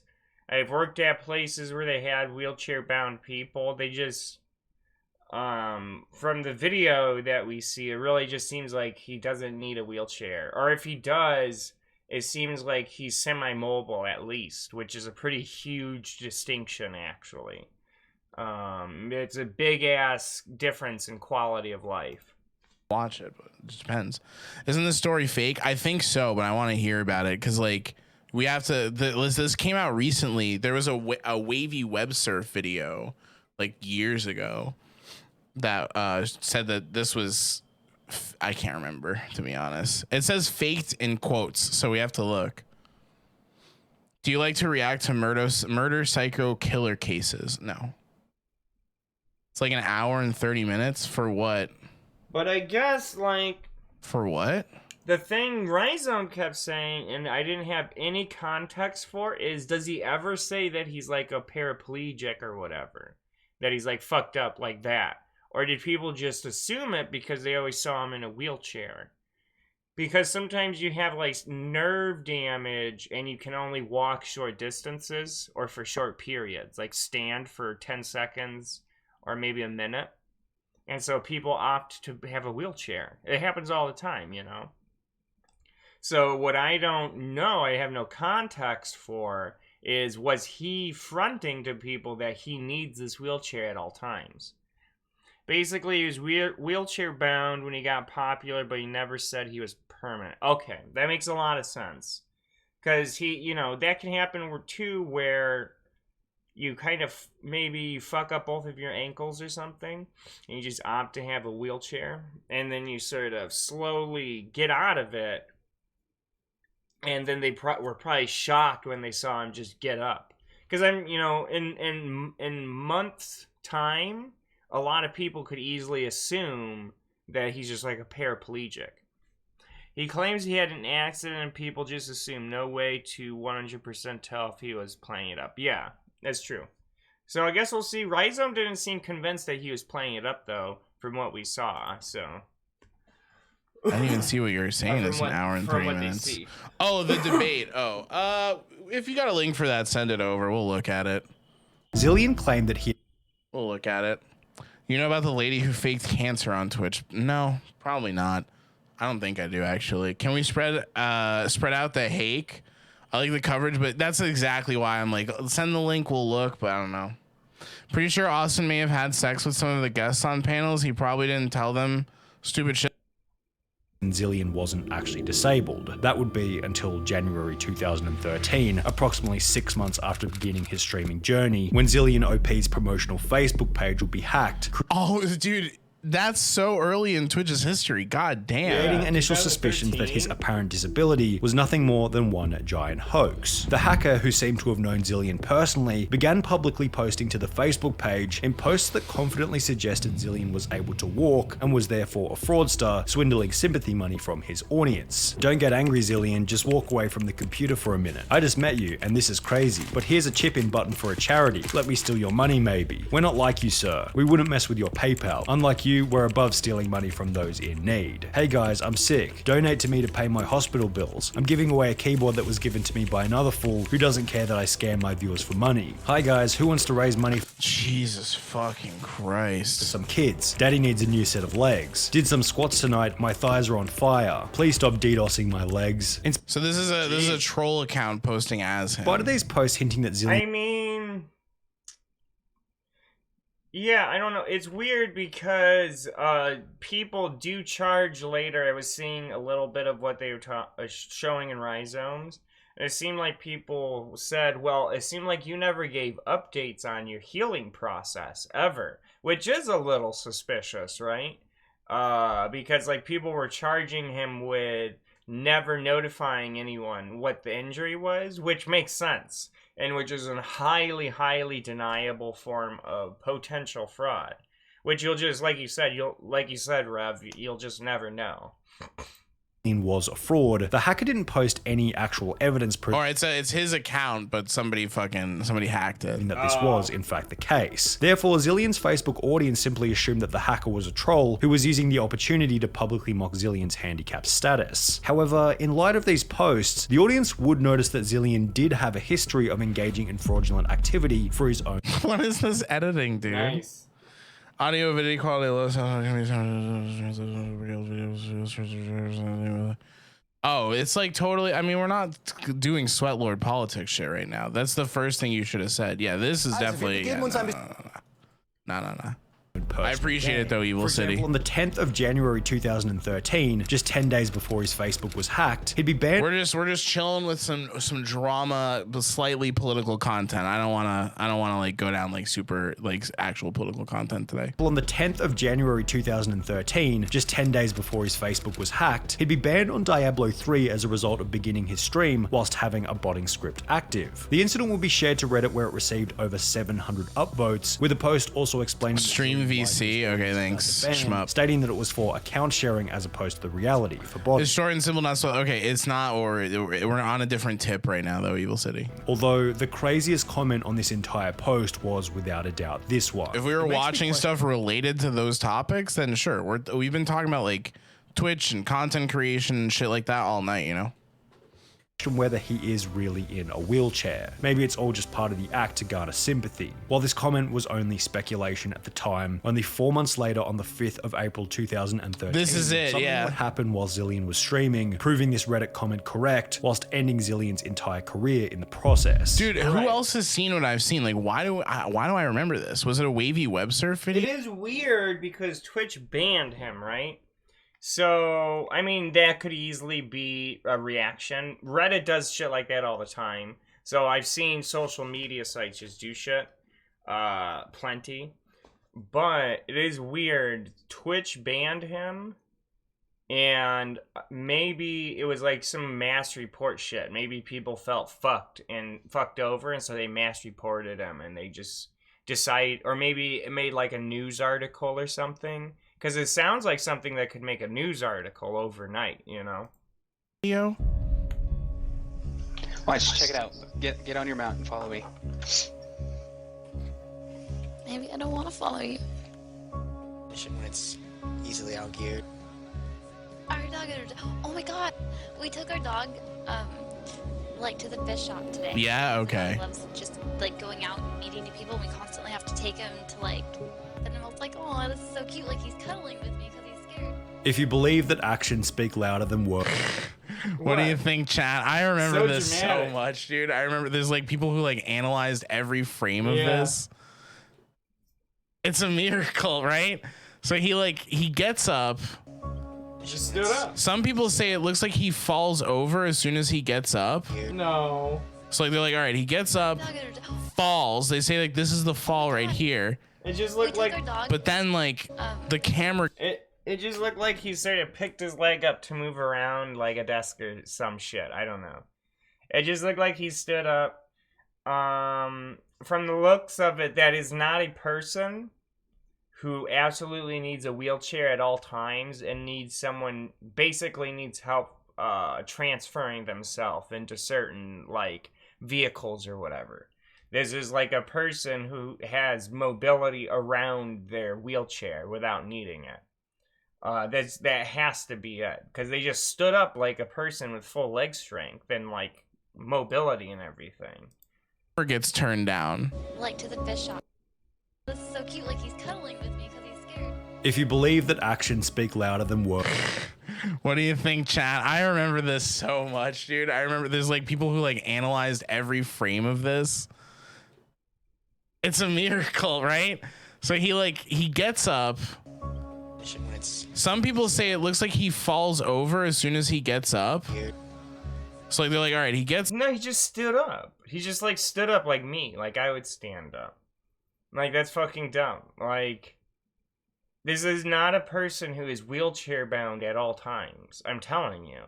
Like I've been around people who they don't just stand right up as if they have no mobility issue whatsoever. That doesn't make any fucking sense.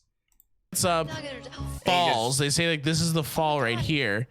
We took our dog. It just looked like he got up around, like moved his leg. Then like the camera gets turned down. Like to the fish shop today because the dog loves just like going out and meeting new people. We constantly have to take him to like, and I was like, oh, this is so cute. Like, so like who turns down the camera and why? Like his girl saying, "Oh my God," is the biggest tell. No, that's timing. She's in the middle of the story. Let's listen again. Maybe I don't want to follow you. Turns down the camera and why? Like. Maybe I don't want to follow you. I'm tired of the video. I get it.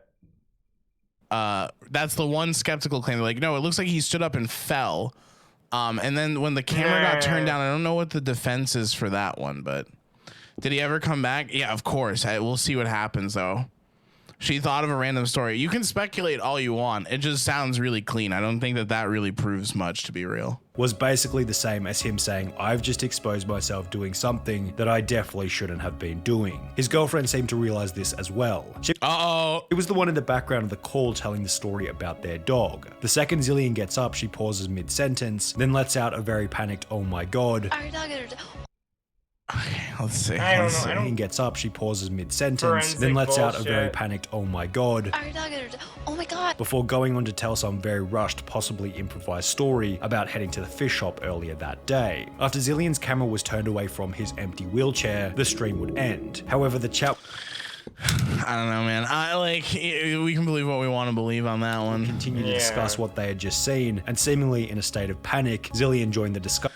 Wait, oh my god, Zillia, I figured it was gonna... I'm going to say it did look like to stood up. You stood up. It did look like you stood up. Is he all right? He was dumping water on my wires. What? He was dumping water on my wires? Fucking dog? Wait, okay, wait, he's in the chat. Are these Are these fucking Over Russell logs, bro? Lying to his audience. Oh, I miss Over Russell. What the fuck? Did Zill just stand, LOL? No, I fell. Raffle Lamau. I pushed off my chair and ate it. See, if anything, this seems like damning, because he didn't push off of anything. He stood up. Like, he just stood up like a person in his full capacity. That's bullshit. Like, I've seen a fucking bunch. I've helped people out of wheelchairs and shit. Some people can move out of them better, but yeah, if you're like anything close to totally wheelchair bound, you can't just like completely stand up with full motor capacity at any time. The fuck? You all right, man? Fucking dog. He was dumping water on my wires. I'm pissed. Yeah, I feel like that's enough. It's just watching him stand like that. It just means that at the very least, he's mobile around the wheelchair. And then him coming in like, oh, my dog, no, I fell. Well, you stood up. Like, you looked like somebody who was done in a lawn chair and stood out of it. That's exactly what it looked like. Which is not how someone looks when they're wheelchair bound. And in pain. I need to fix myself. And my dog dumped water on everything. I will try to be back. It hurts to breathe. I hit my side on the corner of the desk. What had just happened. WTF, did Zill just stand, LOL? Yeah, he probably knocked the camera down so he could end the stream or some shit. He probably just like forgot he was on stream or something.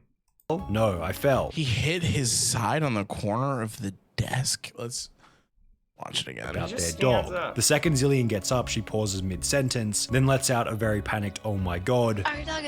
Oh my god. Before going... He doesn't hit the desk. The desk doesn't shake at all. Yeah. Mid-sentence. His camera's attached to his monitor, and the camera moves when he puts down... He said you can see him walk away in the fish tank a little bit. His headphones, look.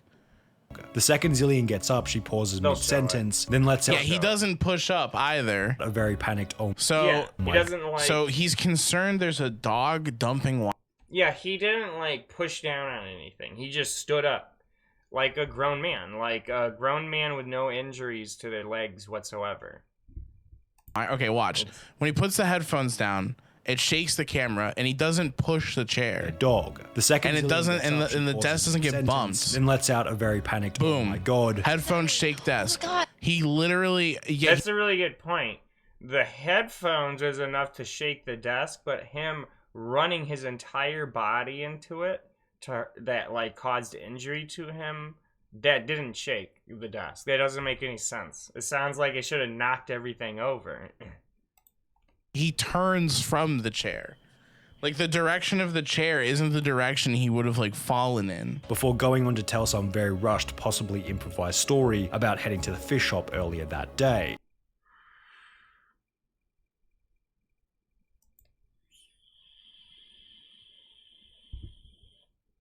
Skip ahead. Just Knocked it down. Add up either. If he had really fallen out of his seat, how was he able to get up? They even had people in wheelchairs chime in and say he doesn't move like he was someone completely bound to the chair. The camera so that it was no like in his normal way of showing off how he moves around and stuff. Facing the empty wheelchair. Additionally, after the VOD was clipped, viewers noticed that Zillion walked away without any problems, as seen in the reflection of the fish tank behind him. And oh shit, bro. Oh, no. Okay, yeah. Noticed that Zillion walked away without any problems. As Ready?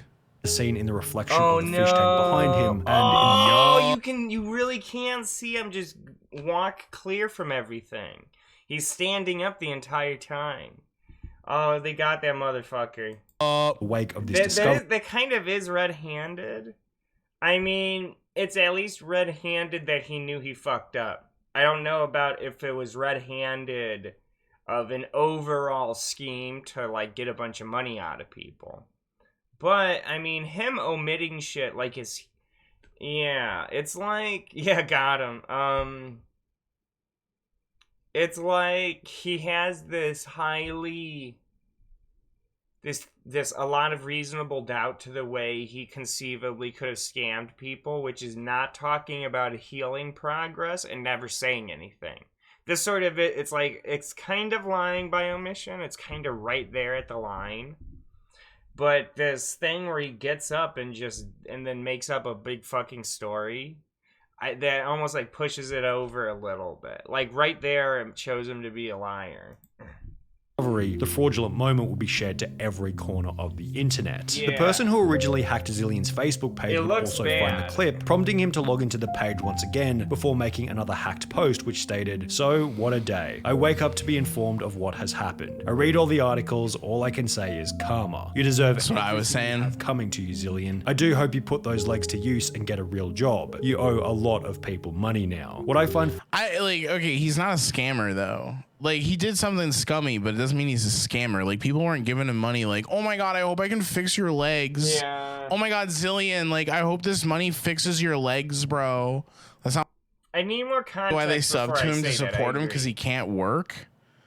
You guys can tell me. I don't know, man. It just doesn't seem like that would be how he, like, shills his channel, you know? Misrepresenting yourself on the basis of a disability to raise money is fraud. If that's what was happening... I think you need to show me a lot more than a video where he stands up and just like photographs of him previously in the wheelchair to like for me to actually build the narrative in my head. They do that because it makes it really easy to build the narrative. Oh, thank you. Yeah, you're wrong. Refuses to elaborate. Yeah, I mean, it just sort of is. That's why they structured the video like that. Also, I see you're a first-time viewer. Hello, Uncanny Fox. That's why they do the video like that, is to sort of gently push you towards it. Even if it's true, which I don't know that it is. This is why I don't give money to homeless people. They could be trying to trick me. Yeah. Yeah, exactly. Like, yeah, how do I know you're homeless? Exactly. That is the kind of attitude I'm trying to promote around here. Okay, this is my like ultimate like the skeptic brain right now, but it's like, what if he just was in the wheelchair and never said I need it? You know what I mean? Like, is that a fraud then?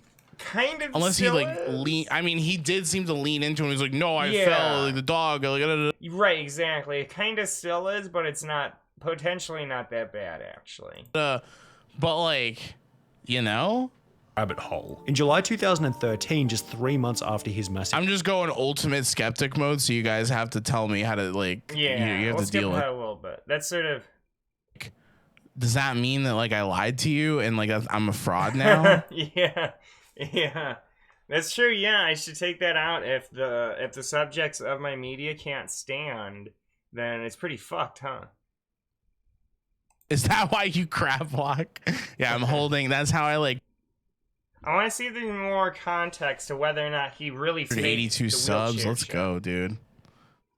Let's go, dude. Wavy Web Surf is the boy. Oops. Is that it for the? Gee, this isn't like. Gee, this isn't like 6-month-old news.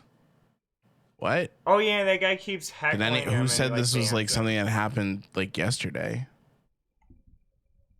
Okay, well then, if no other context exists beyond that video, then I guess he kind of lied by omission. Familiar, going by the name of It's Bluish. The streamer running this suspicious page was clearly Zillion, that's him and it again. would hilariously be the person who originally hacked his Facebook page in 2013, who would once again expose him on the live I think Wavy's very chill and does good research. Yeah. In a post reading, streamer Zillion, a good post 4chan guy, has returned under a new alias and just got partnered. What is happening on However, screen? this is where the story takes a. I have my one viewer Andy. Oops, I should have one viewer Andy watching stuff. Chat at me, and then my chat thing, and then that's Rhizome, and then that's his thing. Bit I of an should change my interesting thing. turn. With Zillion having somewhat of an audience once again, he'd begin to put forward numerous pieces of evidence showing that he had actually been in a wheelchair during the early days of his streaming career. In one notable moment, he'd pull up his Facebook before showing numerous wheelchair photos whilst out in public just prior to beginning his streaming journey. Beard's much shorter there. I was in the wheelchair beforehand. Me at concerts, me out traveling. Oh, you mean Rhizome? Yeah, I see what you're talking about now, duh. So he has this whole setup, right? He's a really great streamer, actually. Yeah, just like what Rev said, if you want to look him up, Rhizome.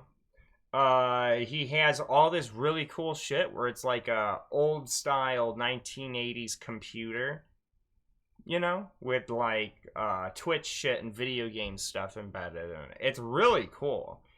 He designed it all himself, I guess. Me out doing. Well, he used Unreal Engine, but he essentially designed it. Everything. This was just like I was in a wheelchair.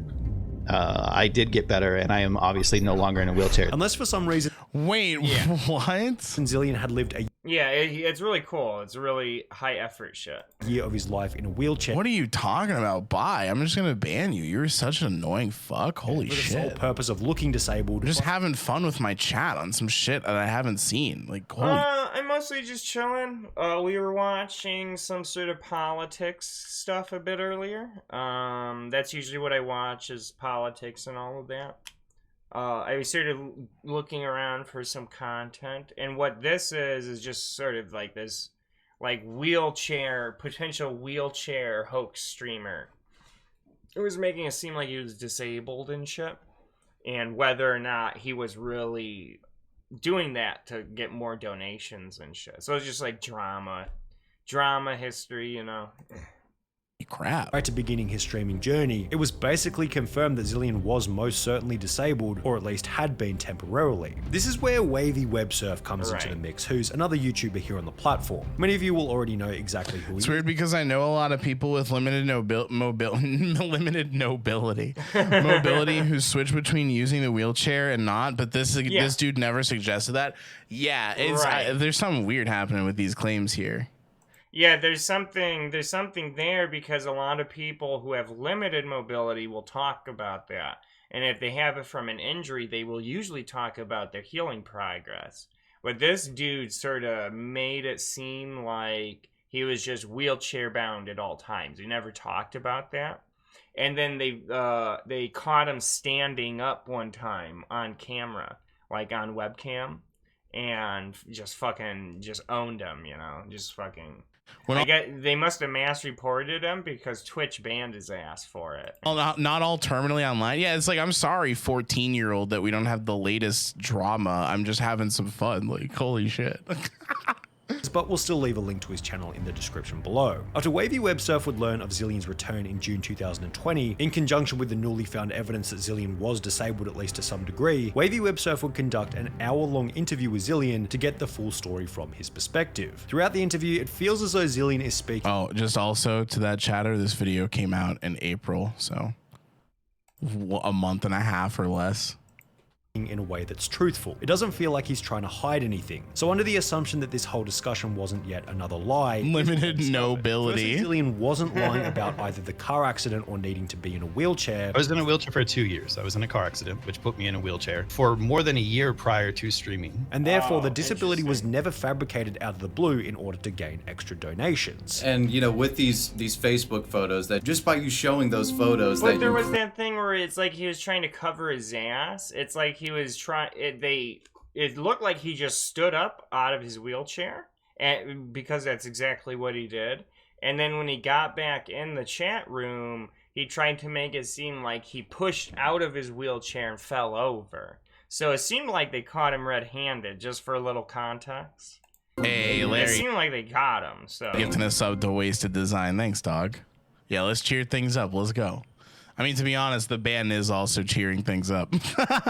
No, disabled personality, that's completely not true. I'm just having fun. This is some popcorn content. I'm enjoying it. There was clearly a shift from not being able to walk to being able to walk. When I started streaming, I needed it like completely. Okay. It was my 100% go-to if I needed to go to the bathroom. I want to do some Sneeko stuff next, by the way. Getting out of my bed, pushing myself in a chair and going to the bathroom. However, none of this was disclosed by Zillion at any time. Therefore, he'd conclude that his lack of explanation about where he was at in his journey was one of his biggest shortcomings. Do you feel like you Thank you, Uncanny Fox. You seem like a cool person. screwed up in the sense that, like, when you are integrating your disability... Hey, whatever, Braden. I mean, hey, I was about to say, hey, whatever, Braden Dead. I was trying to say, hey, what up? But I said, whatever.